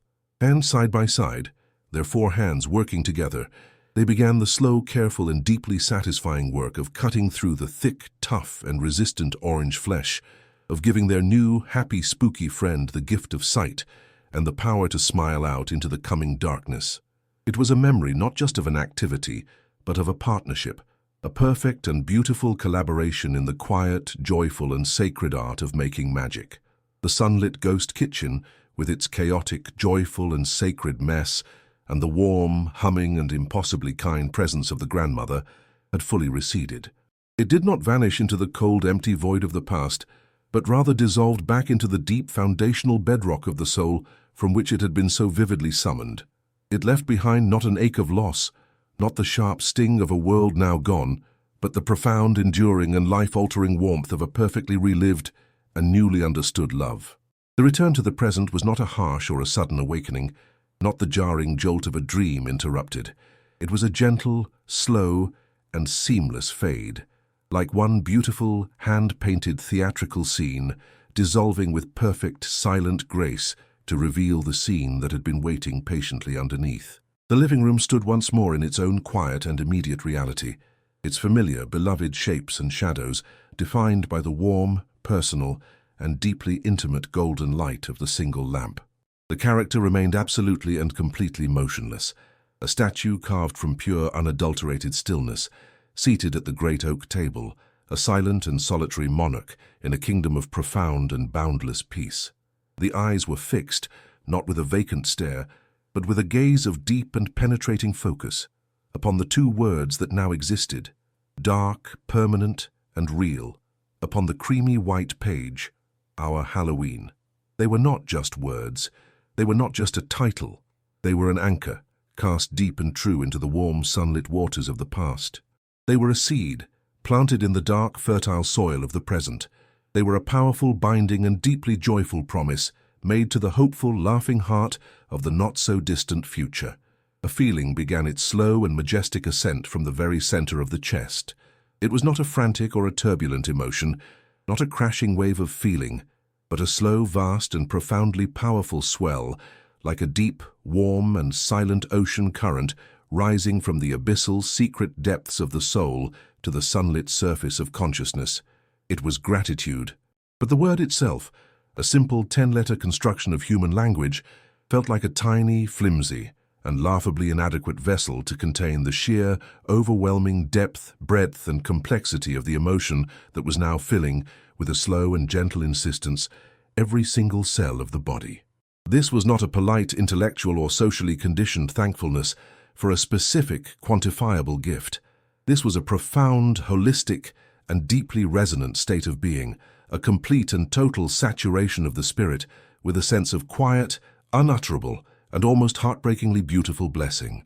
The character's consciousness, having just journeyed decades into the past and back again in the space of a single, suspended and eternal heartbeat, now drew itself inward, not to analyze or to dissect, but to simply inhabit this feeling, to explore its shape, its texture, its weight, its temperature, to swim in its warm and life-affirming waters. It was a monologue of the soul, a silent and lengthy prayer of pure, unadulterated, and deeply humbled appreciation for the small, beautiful, and miraculously rediscovered architecture of a single, perfect, purposeful, and profoundly human moment. The first and most immediate object of this profound and swelling gratitude was the result of the ritual itself, the physical, tangible, and undeniable evidence of its success. The two words, sitting, dark and perfect, on the creamy page. The mind did not just read them, it explored them, it inhabited them, it drank them in with a deep and unquenchable thirst. These words were a miracle. They were the physical manifestation of a fleeting, joyful, and entirely formless impulse. They had reached into the chaotic, buzzing, and invisible world of the mind and had pulled out a single, coherent thought, giving it a body, a name, a weight, a reality. They were the first crucial and irreversible step in the long and beautiful journey of turning a dream into a thing. They were the first two seeds planted in a vast, empty, and infinitely fertile field. Two tiny, dark seeds that held within their humble forms the entire glorious and complex blueprint of a future harvest of joy, of laughter, of connection, of silly, spooky, and unforgettable magic. The gratitude was for the simple, profound, and often tragically forgotten magic of the written word, the almost supernatural power to create a new, shared reality with nothing more than a little bit of carefully arranged ink and a whole lot of focused, loving intention. The character's eyes traced the beautiful, still maturing lines of the letters, the strong, confident, and life-affirming downstrokes, the delicate, whispering, and almost ethereal upstrokes. This was not just a plan. This was a spell. This was a powerful and binding incantation, and it was most assuredly working. This gratitude then fractured, becoming more specific, more focused. The mind settled, with a sense of deep and profound appreciation, on the first word alone, our, not my, not a, but our. A small, simple, three-letter word, and yet it was the most important word on the page, the very keystone of the entire beautiful structure. It was a declaration. It was a manifesto. It was a quiet, humble, and yet fiercely powerful rebellion against the cold, lonely silence of solitude. It was a promise of community, a testament to the beautiful, profound, and life-sustaining truth that the greatest joys are not those that are experienced alone, but those that are shared. The word was a bridge, a hand reaching out from the quiet, solitary sanctuary of the self into the warm, chaotic, and beautiful world of others. The gratitude was for the very existence of an hour in a life, for the friends who formed that sacred, invisible circle, for the profound and unimaginable privilege of having people with whom a moment of magic could be and should be shared. The word resonated with the memory of the grandmother, who had not carved her pumpkin in solitude, but had made it a shared, collaborative ritual with a small, watching child. The tradition was not just the making of magic, it was the making of magic together. And then the second word, Halloween. The gratitude for this word was a different and more complex flavor. It was a thankfulness for the very existence of such a concept, for a single night in the long, slow, and often serious progression of the year that was officially, culturally, and joyfully dedicated to the celebration of the strange, the silly, and the supernatural. It was a gratitude for a holiday that did not commemorate a great historical event or a solemn religious occasion, but that instead celebrated the imagination itself. It was a night for masks and mischief and make-believe. It was a night when the veil between worlds was said to be thin, a night that gave everyone permission to be a child again, to believe just for a few precious hours in ghosts and goblins and the gentle, spooky magic of the dark. The gratitude was for the colors of this holiday, the deep, vibrant orange, the profound and mysterious black. It was for the tastes, the sharp, sweet tang of apples, the warm, comforting spice of cinnamon, the earthy, honest flavor of pumpkin. It was for the very feeling of the season, the crisp, cool air, the long, dark nights, and the beautiful, shared and slightly thrilling conspiracy of pretending to be scared together. The word on the page was not just a name. It was a key, a portal, a secret magical password that unlocked a whole universe of joyful, communal, and beautifully strange potential. The current of gratitude then flowed deeper, back to the source, back to the memory that had been the catalyst for this entire profound state of being, the warm, sunlit ghost kitchen of the past. The gratitude was for the sheer, miraculous, and almost unbelievable fact of its perfect preservation, for the mind's incredible, mysterious, and deeply sacred ability to act as a perfect, loving, and incorruptible archivist. It had kept a single perfect afternoon safe from the relentless grinding and erasing tides of time, preserving not just the flat, faded images and the tinny, distorted sounds, but the very feelings, the textures, the scents, the complex, three-dimensional and holographic reality of the moment. The memory of the cool, slimy and wonderfully messy feel of the pumpkin pulp, the warm, toasty and almost nutty aroma of the roasting seeds, the low, warm and impossibly comforting murmur of the grandmother's voice. All of it had been stored, perfectly and completely, in the quiet, secret and sacred library of the soul, waiting patiently for the right key to unlock the door. The gratitude was for this beautiful biological miracle, for the gift of a consciousness that could travel in time, that could allow a lonely, solitary adult to once again feel, with a breathtaking and heart-stopping immediacy, the profound and unshakable certainty of being a completely, totally and unconditionally loved child.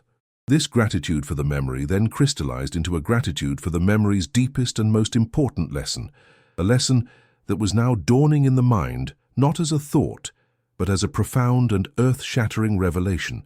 The grandmother, in that sunlit kitchen, had not just been carving a pumpkin. She had been demonstrating a philosophy of life, a quiet, humble and profoundly powerful gospel of joy. The lesson, taught not with preachy, condescending words, but with the simple, honest and loving scrape of a metal spoon and the conspiratorial, life-affirming twinkle in her pale blue eye, was this: true magic is not something you find in the world. It is something you make in the world. It is not bought in a store or ordered online. It is coaxed into existence with your own two hands, with a little bit of patience, a whole lot of love, and a joyful, courageous, and unapologetic willingness to make a beautiful, productive, and glorious mess.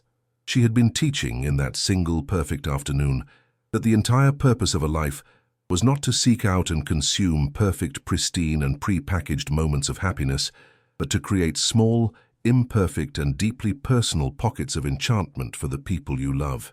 The happy, spooky jack-o'-lantern was not just a decoration. It was a beacon. It was a lighthouse.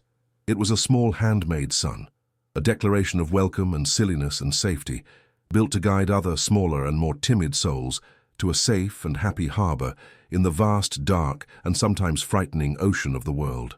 The gratitude that now filled the character's heart was for this sacred inheritance, for this quiet, humble, and profoundly powerful tradition of handmade magic. The sudden, frantic urge to throw this last-minute party was not a whim. It was not a frivolous impulse. It was a continuation.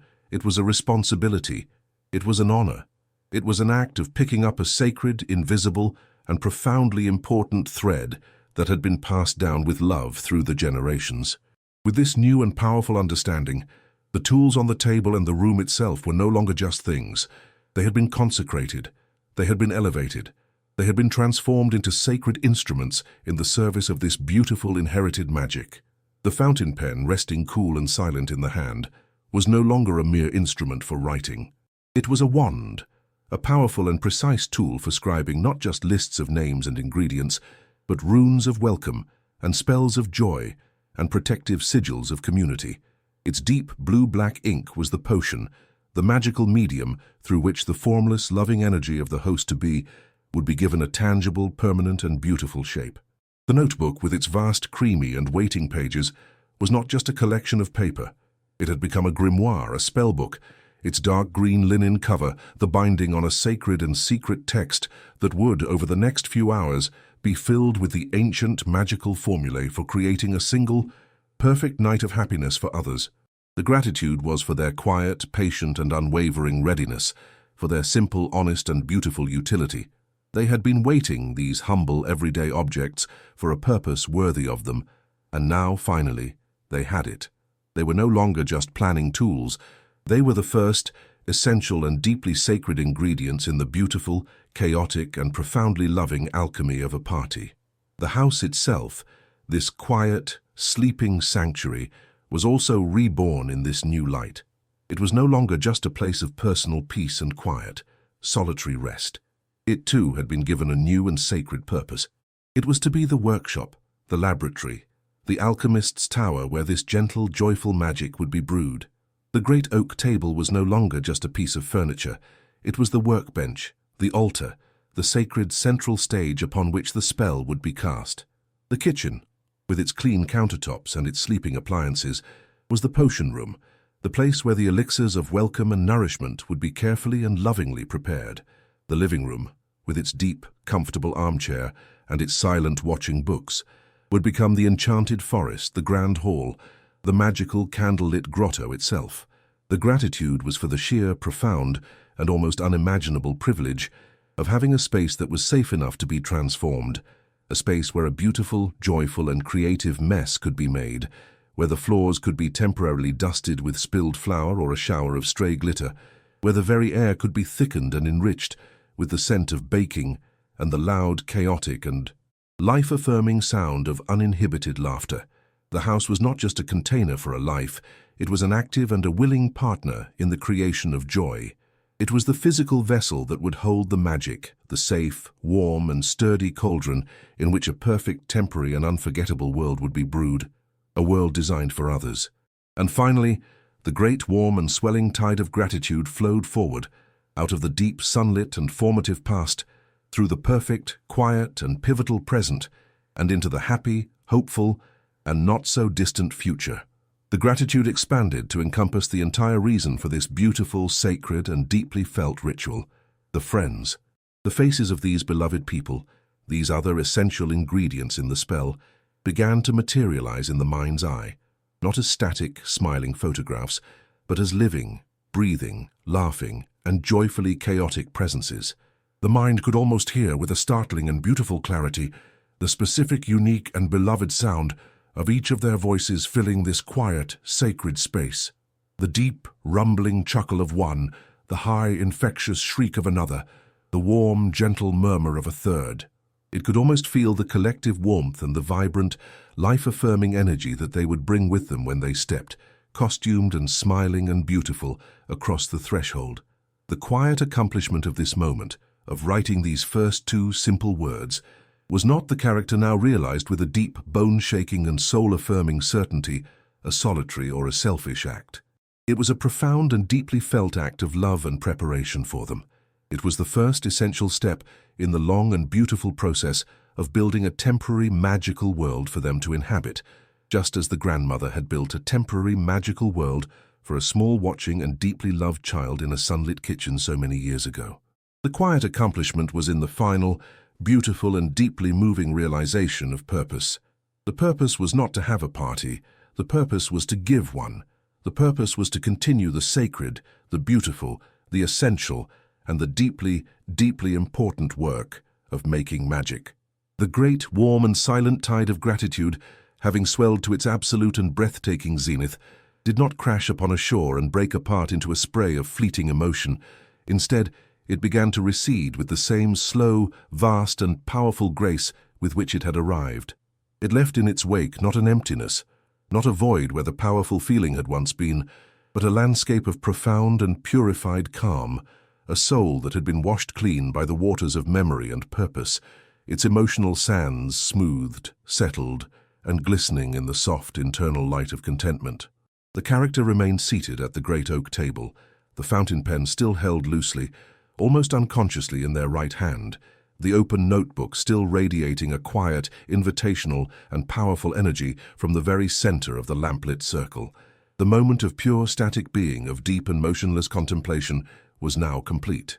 The current of time, which had seemed to pool into a single, infinite, and perfect moment, began to flow forward once more, not with a sudden, jarring rush, but with the slow, deep, and inexorable pull of a great and gentle river, making its patient, unhurried way toward the vast, dark, and welcoming sea of sleep. Another ritual was now waiting to be performed, an act not of creation but of closure, not of beginning but of beautiful and satisfying completion. It was time for the epilogue, the quiet unwinding, the gentle, mindful, and deeply respectful act of bringing the sacred ceremony of the evening to a close by restoring the physical world to its own state of quiet, ordered, and graceful repose. The first movement was a conscious and deliberate breaking of the long hypnotic spell of stillness. It began with a deep, slow, and impossibly full inhalation, the chest rising and expanding, filling the lungs to their utmost capacity with the warm, spiced air, and it culminated in a long, slow, and almost inaudible exhalation, a sound of pure, unadulterated, and deeply peaceful release. The body, which had been a statue of pure, focused intent, began to reawaken to its own physical needs and realities. The muscles in the back and shoulders, held in a single static posture for so long, now began to ache with a gentle, humming throb, a quiet and deeply satisfying pain that was the physical evidence of their hard, focused work. A slow, luxurious, and almost cat-like stretch began, the arms rising up from the table, reaching out and up toward the high, dark ceiling, the spine elongating, each individual vertebra seeming to separate from its neighbor, a process that produced a series of tiny, internal, and deeply pleasurable clicks and pops. It was the body's own quiet physical applause for the work that had been so beautifully and so meaningfully begun. The heavy wooden chair scraped with a low, woody, and almost mournful groan against the floorboards as it was pushed back, a sound of both protest and of yielding. The character rose to their feet, the movement slow, deliberate, and slightly stiff, the sock-clad feet pressing deep into the thick, soft, and infinitely forgiving pile of the wool rug, reacquainting themselves with the simple, honest, and grounding reality of gravity. The first duty of this new concluding ritual was to attend to the sacred tools of creation, to thank them for their silent, unwavering, and perfect service, and to return them to their own designated places of rest. The fountain pen, the wand, was the first. It was not simply set aside or dropped carelessly into its holder.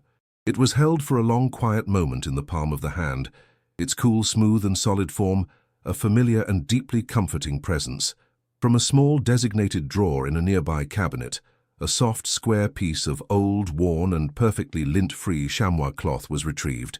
It was the color of pale, creamy butter, and its texture was impossibly soft, almost like a solidified piece of thick, cool air. The nib of the pen, which still held a tiny, residual, and almost invisible bead of the dark blue-black ink at its very tip, was gently, carefully, and lovingly wiped clean. The soft, absorbent, and almost living leather of the cloth drew the last clinging molecules of the ink from the gleaming, silver-colored steel, leaving a faint, beautiful, and almost calligraphic smudge of deep, dusky indigo on its pale, tan surface.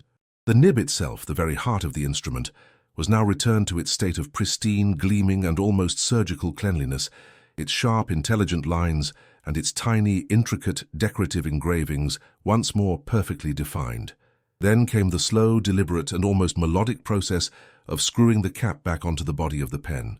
The fine, precisely engineered brass threads of the mechanism made a soft, almost inaudible, and deeply satisfying whispery, grinding sound as they engaged, a sound of perfect, mechanical, and harmonious union. The final, gentle tightening of the cap was a definitive act of closure, a sealing away of the pen's potent creative magic until it was needed once more. The pen was then carried, with a quiet and almost reverent gait, to the mantelpiece above the hearth, and placed back into its heavy ceramic holder, its tall, dark, and elegant form rejoining the chaotic, bristling bouquet of its lesser, more utilitarian brethren, a silent, noble, and unassuming king returning to his court. Next, the notebook, the grimoire, the silent, receptive, and absolutely essential partner in the evening's beautiful work. It still lay open on the table, the two starkly beautiful words, "Our Halloween," a bold and permanent statement on the vast, creamy, and otherwise untouched expanse of the right-hand page. The character stood over it for a long moment, simply looking, rereading the words not for their literal meaning but for their shape, their form, their sheer, beautiful, and undeniable existence. A deep, quiet, and profoundly satisfying sense of accomplishment, of a promise made and a journey well and truly begun, filled the heart. Then the left hand was placed on the left-hand page and the right hand on the right. With a slow, deliberate, and almost ceremonial motion, the book was closed. The sound of the thick, heavy, linen-bound covers meeting was not a sharp or a percussive snap, but a soft, deep, and impossibly resonant thump, a sound of profound and satisfying finality, the sound of a heavy, ancient door closing on a quiet, secret, and sacred space. It was the sound of a promise being sealed, of a secret being safely and lovingly kept. The words were now enclosed in the cool, quiet, and protective darkness between the pages, where they could rest and gestate and gather their magical, festive potential, safe from the prying eyes of the world. The notebook, Now a single, solid and self-contained object was lifted from the table. It was carried back to the great bookshelf and slid, with a soft, whispery paper-on-wood sound, back into its designated, protected space. It was now at rest, a silent, unassuming and yet powerfully charged object, a single dark green brick in a vast, silent and sleeping wall of stories and of dreams. The second act of the epilogue involved the vessel of comfort, the source of the evening's warmth and fragrance, the midnight blue mug. It now sat on its small cork coaster, the last of its spiced mulled cider having been drained long ago. It was no longer radiating heat, but had cooled to a neutral, tepid temperature, its inner surface coated with a thin, slightly sticky and intensely fragrant residue of apple, cinnamon, and clove. The character picked it up, the handle a cool, smooth, and familiar curve in the hand, and began the short, silent journey back to the kitchen. The transition from the warm, golden, and deeply personal light of the living room back into the cool silver and functional light of the moonlit kitchen was a distinct and palpable shift in atmosphere. The air here was colder, cleaner, and held the faint mineral scent of the stone countertops and the white porcelain sink. It was a space of work, and there was one last small and beautiful piece of work left to be done. The mug was placed with a gentle, resonant clink into the deep, empty and waiting basin of the sink. Its dark blue form was a stark and beautiful contrast against the pristine, ghostly white of the porcelain.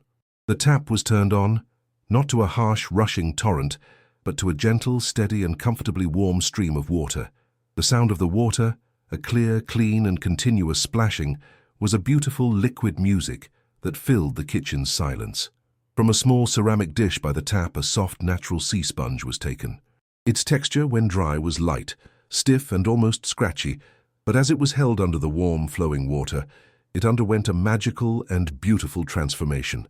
It drank the water in, its entire cellular structure seeming to soften and swell, and it became a heavy, soft and wonderfully pliable thing. A single pearlescent drop of dish soap, which smelled faintly and cleanly of fresh lemons, was squeezed onto its porous surface. The hand then squeezed the sponge once, twice, 3 times, and a magnificent and almost impossibly voluminous cloud of pure, white and iridescent bubbles bloomed into existence, a soft, fragrant and living foam that was both a tool of cleansing and a thing of simple, joyful and childlike beauty. The process of washing the mug was not a chore to be rushed through. It was a slow, circular and deeply meditative act, a final, gentle dance of the hands. The soft, bubble-laden sponge was guided into the interior of the mug, and the hand began a slow, repetitive and almost hypnotic rotating motion. The sound was a soft, pleasing and almost rhythmic whispery friction, the sound of gentle, purposeful and loving cleansing. The sponge traced the inner curve of the mug, over and over again, its path a continuous, unbroken spiral from the bottom to the rim, its soft, soapy texture gently lifting away the last, sweet, sticky traces of the spiced cider. This was not just an act of cleaning, it was an act of purification, of clearing the slate, of returning the vessel to its original state of pure, empty potential, ready for its next service. Then the focus shifted to the exterior. The sponge was drawn up and over the rim, and the same slow, circular motions continued on the outside of the mug. The entire mug was now completely enveloped in a thick, soft, fragrant, and almost comical blanket of pure white foam, its deep, beautiful, slate-blue color completely obscured, a process of temporary, gentle erasure before its glorious restoration. The rinsing was a moment of pure, cleansing revelation. The mug was held under the clear, warm, and steady stream of the faucet. The effect was immediate and magical. The thick blanket of bubbles began to dissolve, to break apart, to slide down the curved ceramic walls in 1,000 tiny, soapy rivulets. As the soap was washed away, the deep, beautiful, and true slate-blue color of the mug was revealed once more, but it seemed somehow deeper, richer, and more vibrant than before, as if the cleaning had not just removed a film, but had polished the very soul of the color. The final act of care for the mug was the drying. A thick, soft, and impossibly absorbent towel made of old, worn linen hung from a hook by the sink. The mug was cradled in one half of the towel, while the other half was used to perform the slow, meticulous, and deeply satisfying work of drying. Every last clinging droplet of water was chased from its surface. The linen polished the dark glaze, until it shone with a soft, deep and mysterious luster in the moonlight. With the mug now clean, dry and warm from the gentle friction of the towel, it was carried back to its home in the tall, white cupboard. It was slid with a soft whispering sound into its designated space. The final sound of the entire long ritual was the soft, solid and deeply satisfying sound of the ceramic base settling onto the wooden shelf. It was a sound of finality, of rest, of a journey's perfect end. The cupboard door was closed. Finally, the character returned to the living room, which was now in a state of almost perfect pre-ritual order.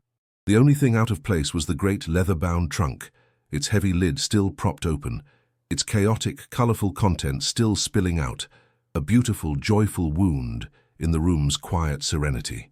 But the task of unpacking and decorating was a task for another day. For tonight, the beast of memory simply needed to be put back to sleep. The character took hold of the heavy wooden lid and began to lower it. The old ornate hinges groaned in a deep, low and mournful protest, the sound of a crypt being slowly, respectfully sealed. As the lid descended, the potent, magical and festive scent of cinnamon and old fabric and papier-mâché was slowly, gently contained, its fragrant ghost pushed back into the dark, secret world from which it had come. The lid came to rest with a deep, solid and almost earth-shaking thud. The two heavy brass latches were then clicked back into place, their sharp, definitive clack and final, solid clunk the sound of a secret being locked, of a spell being contained, of a promise being kept safe for the future. The last act of all was to extinguish the lamp. The hand found the cool brass acorn of the pull chain, a single gentle pull, a sharp, definitive click. And the warm, golden and personal light vanished, plunging the room back into the cool, silver and impartial light of the moon. The house was now at rest. The epilogue was complete. The ritual was not just concluded, it was sealed, its cycle of creation, contemplation and dissolution now a perfect, unbroken and beautiful circle. The final sharp and definitive click of the lamp switch was the full stop at the end of a long, beautiful and deeply satisfying sentence. The warm, golden and personal light, which had created a sacred and intimate circle of creation, vanished in an instant. And in its place, the cool, silver and impartial light of the moon reclaimed its silent, ancient dominion over the room. The character, who a moment before had been a creator, an actor, a warm and living presence at the center of a self-made world, was now transformed. They became a mere silhouette, a quiet and anonymous shape, sinking into the deep, welcoming and profound darkness of the great armchair. The action was over. The purpose was fulfilled. The stillness that followed was not an emptiness, but a new and even deeper state of being, a final and total surrender to the profound and all-encompassing peace of the house at rest. The focus of the narrative, which had been so tightly and so intimately bound to the characters' hands, their senses, their memories, their very breath, now began to detach, to float freely, to become a disembodied, ghostly observer of the house as it too began its own slow, quiet and deeply beautiful preparation for the long, dreamless and restorative repose of the night. The house was a living entity, a great ancient and sleeping beast, and now, in the deepest part of the night, it had its own rhythms of settling, its own quiet and secret lullaby. As the last lingering echoes of purposeful human movement faded into the deep absorbent silence, the secret, nocturnal life of the structure began to make itself known, not through loud, intrusive noises, but through a series of tiny, almost imperceptible shifts, whispers, and groans. The old seasoned wood of the house, the great thick and honest beams in the ceiling, and the massive solid planks of the floorboards, which had been subtly warmed and expanded by the lingering memory of the day's sun and the small contained heat of the evening's lamp, now began to release that warmth back into the cooling night air.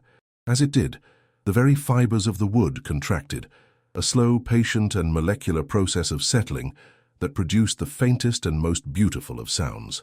It was a soft, woody and almost impossibly deep creak from a corner of the attic, a low, resonant and almost mournful groan from the main support beam that ran the length of the ceiling. These were not the unsettling, anxious noises of a structure in distress. They were the comfortable, familiar, and deeply reassuring sounds of a great, old body settling into its most restful and final posture for the night. The sound of a giant's joints popping as it stretched out in a deep and dreamless sleep. The other systems of the house joined in this quiet nocturnal chorus. The old cast-iron radiator pipes, now completely cool, let out a final sharp and almost percussive tick, a sound like a single dropped pin in a vast and silent cathedral as a joint in the metal made its final contraction. The plumbing, which had carried the water for the cider, let out a final soft and liquid sigh, a low, contented gurgle from deep within the walls as the last of the pressure equalized and the last clinging droplet of water fell, a sound like a deep and final exhalation of the breath before the descent into sleep.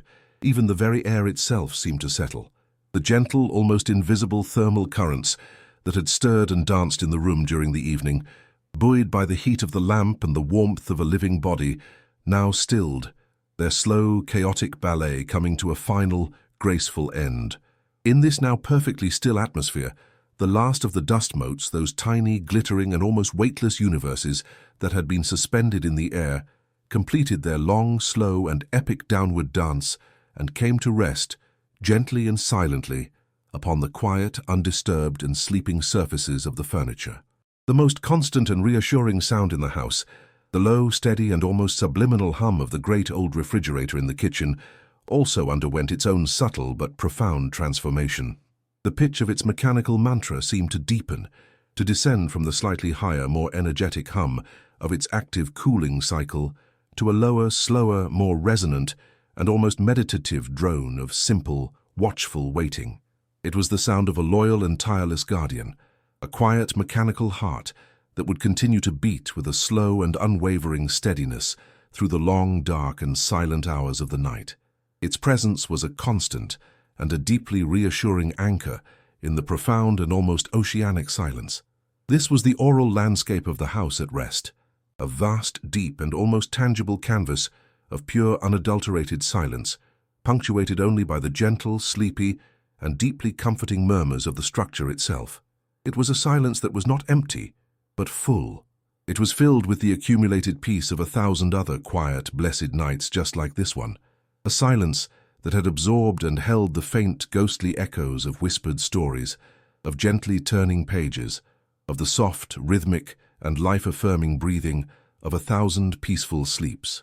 To be inside this house in this moment was to be held in the very heart of a profound, ancient and almost holy calm. The disembodied eye of the narrative now drifted, slowly and silently, toward the great uncurtained window that looked out upon the sleeping world. The night outside had deepened, had matured, had settled into its own state of perfect, silent and majestic repose. The wind, which earlier had been a gentle, rustling and almost playful presence, had now died down completely, had sighed its last soft breath and had gone to sleep. The few stubborn and deeply courageous leaves that still clung to the skeletal outstretched branches of the maple and the oak trees were now perfectly, absolutely still, their dark, intricate and beautiful shapes etched against the deep, dark sky like a fine, delicate and impossibly intricate black lace. The world beyond the glass, a world that had only hours ago been alive with the gentle, festive magic of flickering pumpkins and swaying, ghostly lights, seemed now to be holding its breath in a state of deep, collective and reverent meditation. Occasionally, and with a slow, deliberate and almost heartbreakingly beautiful grace, a single dry leaf would finally let go of its branch, surrendering to the inevitable pull of gravity, and would spiral slowly, lazily and silently downwards, its solitary and final journey through the still, cold air a small, silent and perfect ballet for an audience of none. The sky was a vast, infinite and almost terrifyingly beautiful dome of the deepest, most velvety and most perfect indigo, a color so profound and so saturated that it seemed to have no end, a color that seemed to pull the very soul upwards and outwards into its endless silent depths. And scattered, splashed and dusted across this impossible and perfect darkness was a fine, sharp and almost violent spray of stars. They were not the soft, blurry and apologetic lights of a city sky, but the hard, brilliant and almost painfully clear diamond points of a sky that was free from the arrogant yellow glow of human light. They shone with a cold, clear, pure and impossibly ancient fire, each one a tiny, ferocious and unwavering pinpoint of light that had traveled for an eternity across unimaginable and mind-bending gulfs of time and space to arrive in this single, quiet and sacred moment, to be witnessed by a single, quiet and grateful pair of human eyes. The moon, which earlier had been on its confident ascent, was now high and majestic in its celestial arc, a perfect, luminous and impossibly beautiful pearl of pure, cool and liquid silver floating in the deep, dark and silent ocean of the cosmos. Its light was no longer the shy, tentative and almost hesitant light of the early evening, but a confident, serene and all-encompassing luminescence. It was a light that did not illuminate in the harsh, revealing and often unforgiving way that the sun did. It did not reveal the world in all its loud, chaotic and vibrant color. Instead, it transformed it. It bleached the world of its distracting daytime hues and repainted it in a simple, elegant and profoundly mysterious palette of pure, shimmering silver and 1,000 different, subtle and beautiful shades of gray and the deepest, most profound and most restful shades of black. It was a light that revealed not the surface of things but their soul. This silent, silvery and magical light, this cool and gentle gift from the moon, now began its own quiet, exploratory and deeply reverent journey into the house. It poured without a sound through the clean, cold glass of the window pane, not as a harsh, focused and intrusive beam, but as a soft, diffuse and almost tangible substance. It was a slow, majestic and silent river of liquid silver, flowing without a ripple across the dark, polished wood of the floor. It laid a perfect, luminous and gently trembling rectangle on the floorboards, its edges not sharp and defined, but soft, hazy and almost dreamlike. Within this beautiful, otherworldly rectangle of pure, captured light, the subtle, secret grain of the old wood, the tiny, almost invisible scratches and indentations of its long and well-lived life, were revealed in exquisite, beautiful, and almost holographic low-relief detail. The moonlight then began to creep, with the slow, patient, and imperceptible pace of a snail across the floor, its leading edge a soft, shimmering, and almost living thing. It reached the edge of the great woven wool rug. Here, its very character changed. It no longer flowed over a smooth, hard and reflective surface, but was now absorbed, drunk in, by the deep, soft and thirsty pile of the wool. The faded, jewel-toned colors of the rug's intricate, labyrinthine pattern were magically and beautifully transformed. The deep pomegranate red became a deep, dusky and almost mournful gray. The rich indigo blue became a shade of near-perfect black, and the once bright saffron yellow became a pale, ghostly, and almost skeletal ivory.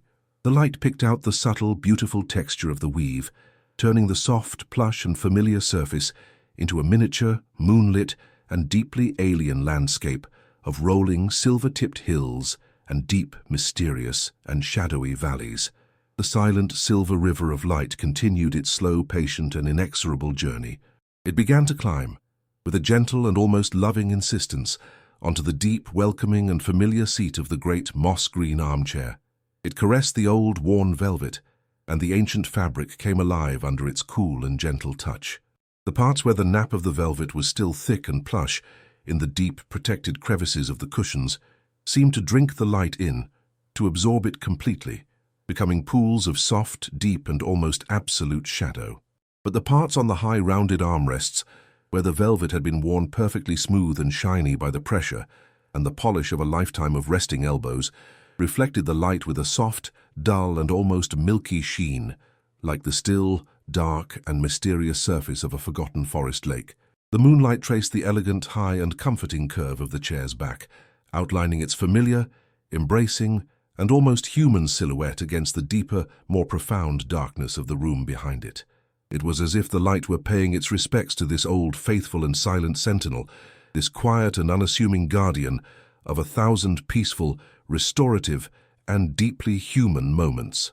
Finally, a single, exploratory, and almost inquisitive sliver of this light reached the colossal bookshelf, its silent silver finger touching the spines of the old sleeping books. It did not illuminate their titles or their authors, but instead caught on the faded, cracked, and almost invisible gilded letters, making them flash and glitter with a faint, ghostly, and mysterious fire. The light revealed not what the books contained, but the simple, beautiful, and profound fact of their presence, their silent, patient, and unwavering promise of other worlds, other lives, other dreams. The character, now just a dark, quiet, and completely still shape in this beautiful, moon-drenched, and deeply silent world, sank even deeper into the chair's familiar and loving embrace. The body was at rest, the mind was clear, the heart was full. A long, final, and all-encompassing thought began to unfold, not as a string of sharp, distinct words, but as a slow, deep, and gently flowing current of pure, unadulterated feeling. It was a profound and simple realization, a final, beautiful, and deeply comforting truth, dawning at the very end of a perfect, quiet day. The truest form of happiness, the most profound and lasting kind of joy, was not to be found in the grand, dramatic, and noisy moments of a life, but here, in the small, quiet, deliberate, and deeply personal cultivation of peace.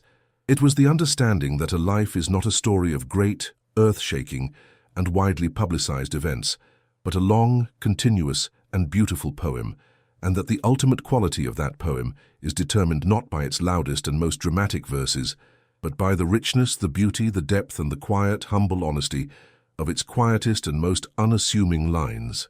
The ritual of the planning, the warmth of the memory, the satisfaction of restoring order, these were not escapes from life. This, right here, this was life itself, in its purest, most potent, most meaningful, and most beautiful form. It was the quiet, the humble, and the infinitely profound art of making a home, not just in a house but in one's own life. And as the body settled deeper and deeper into the chair's embrace, and as the eyelids, now as heavy as two smooth stones, began their final, slow, and inexorable descent, the final, closing thought of the epilogue bloomed in the quiet, peaceful, and now completely unguarded mind. It was not a thought for the self, but a soft, gentle, and all-encompassing blessing, a final, quiet gift to be given to the beautiful, sleeping, and starlit world, and to the hopeful, laughing, and not-so-distant ghosts of the friends who would soon come to share in the magic. May our sleep be deep, and our dreams be filled with happy, spooky, and silly faces, and may we all, if only for a single magical night, remember the profound and life-affirming joy of being a child in the dark. Thank you for sharing this quiet moment with us. It is in these small, peaceful routines that we can find our calm. If this story brought you a little bit of comfort, a like and a subscription helps our bookshelf grow and reach others who might need a peaceful story tonight.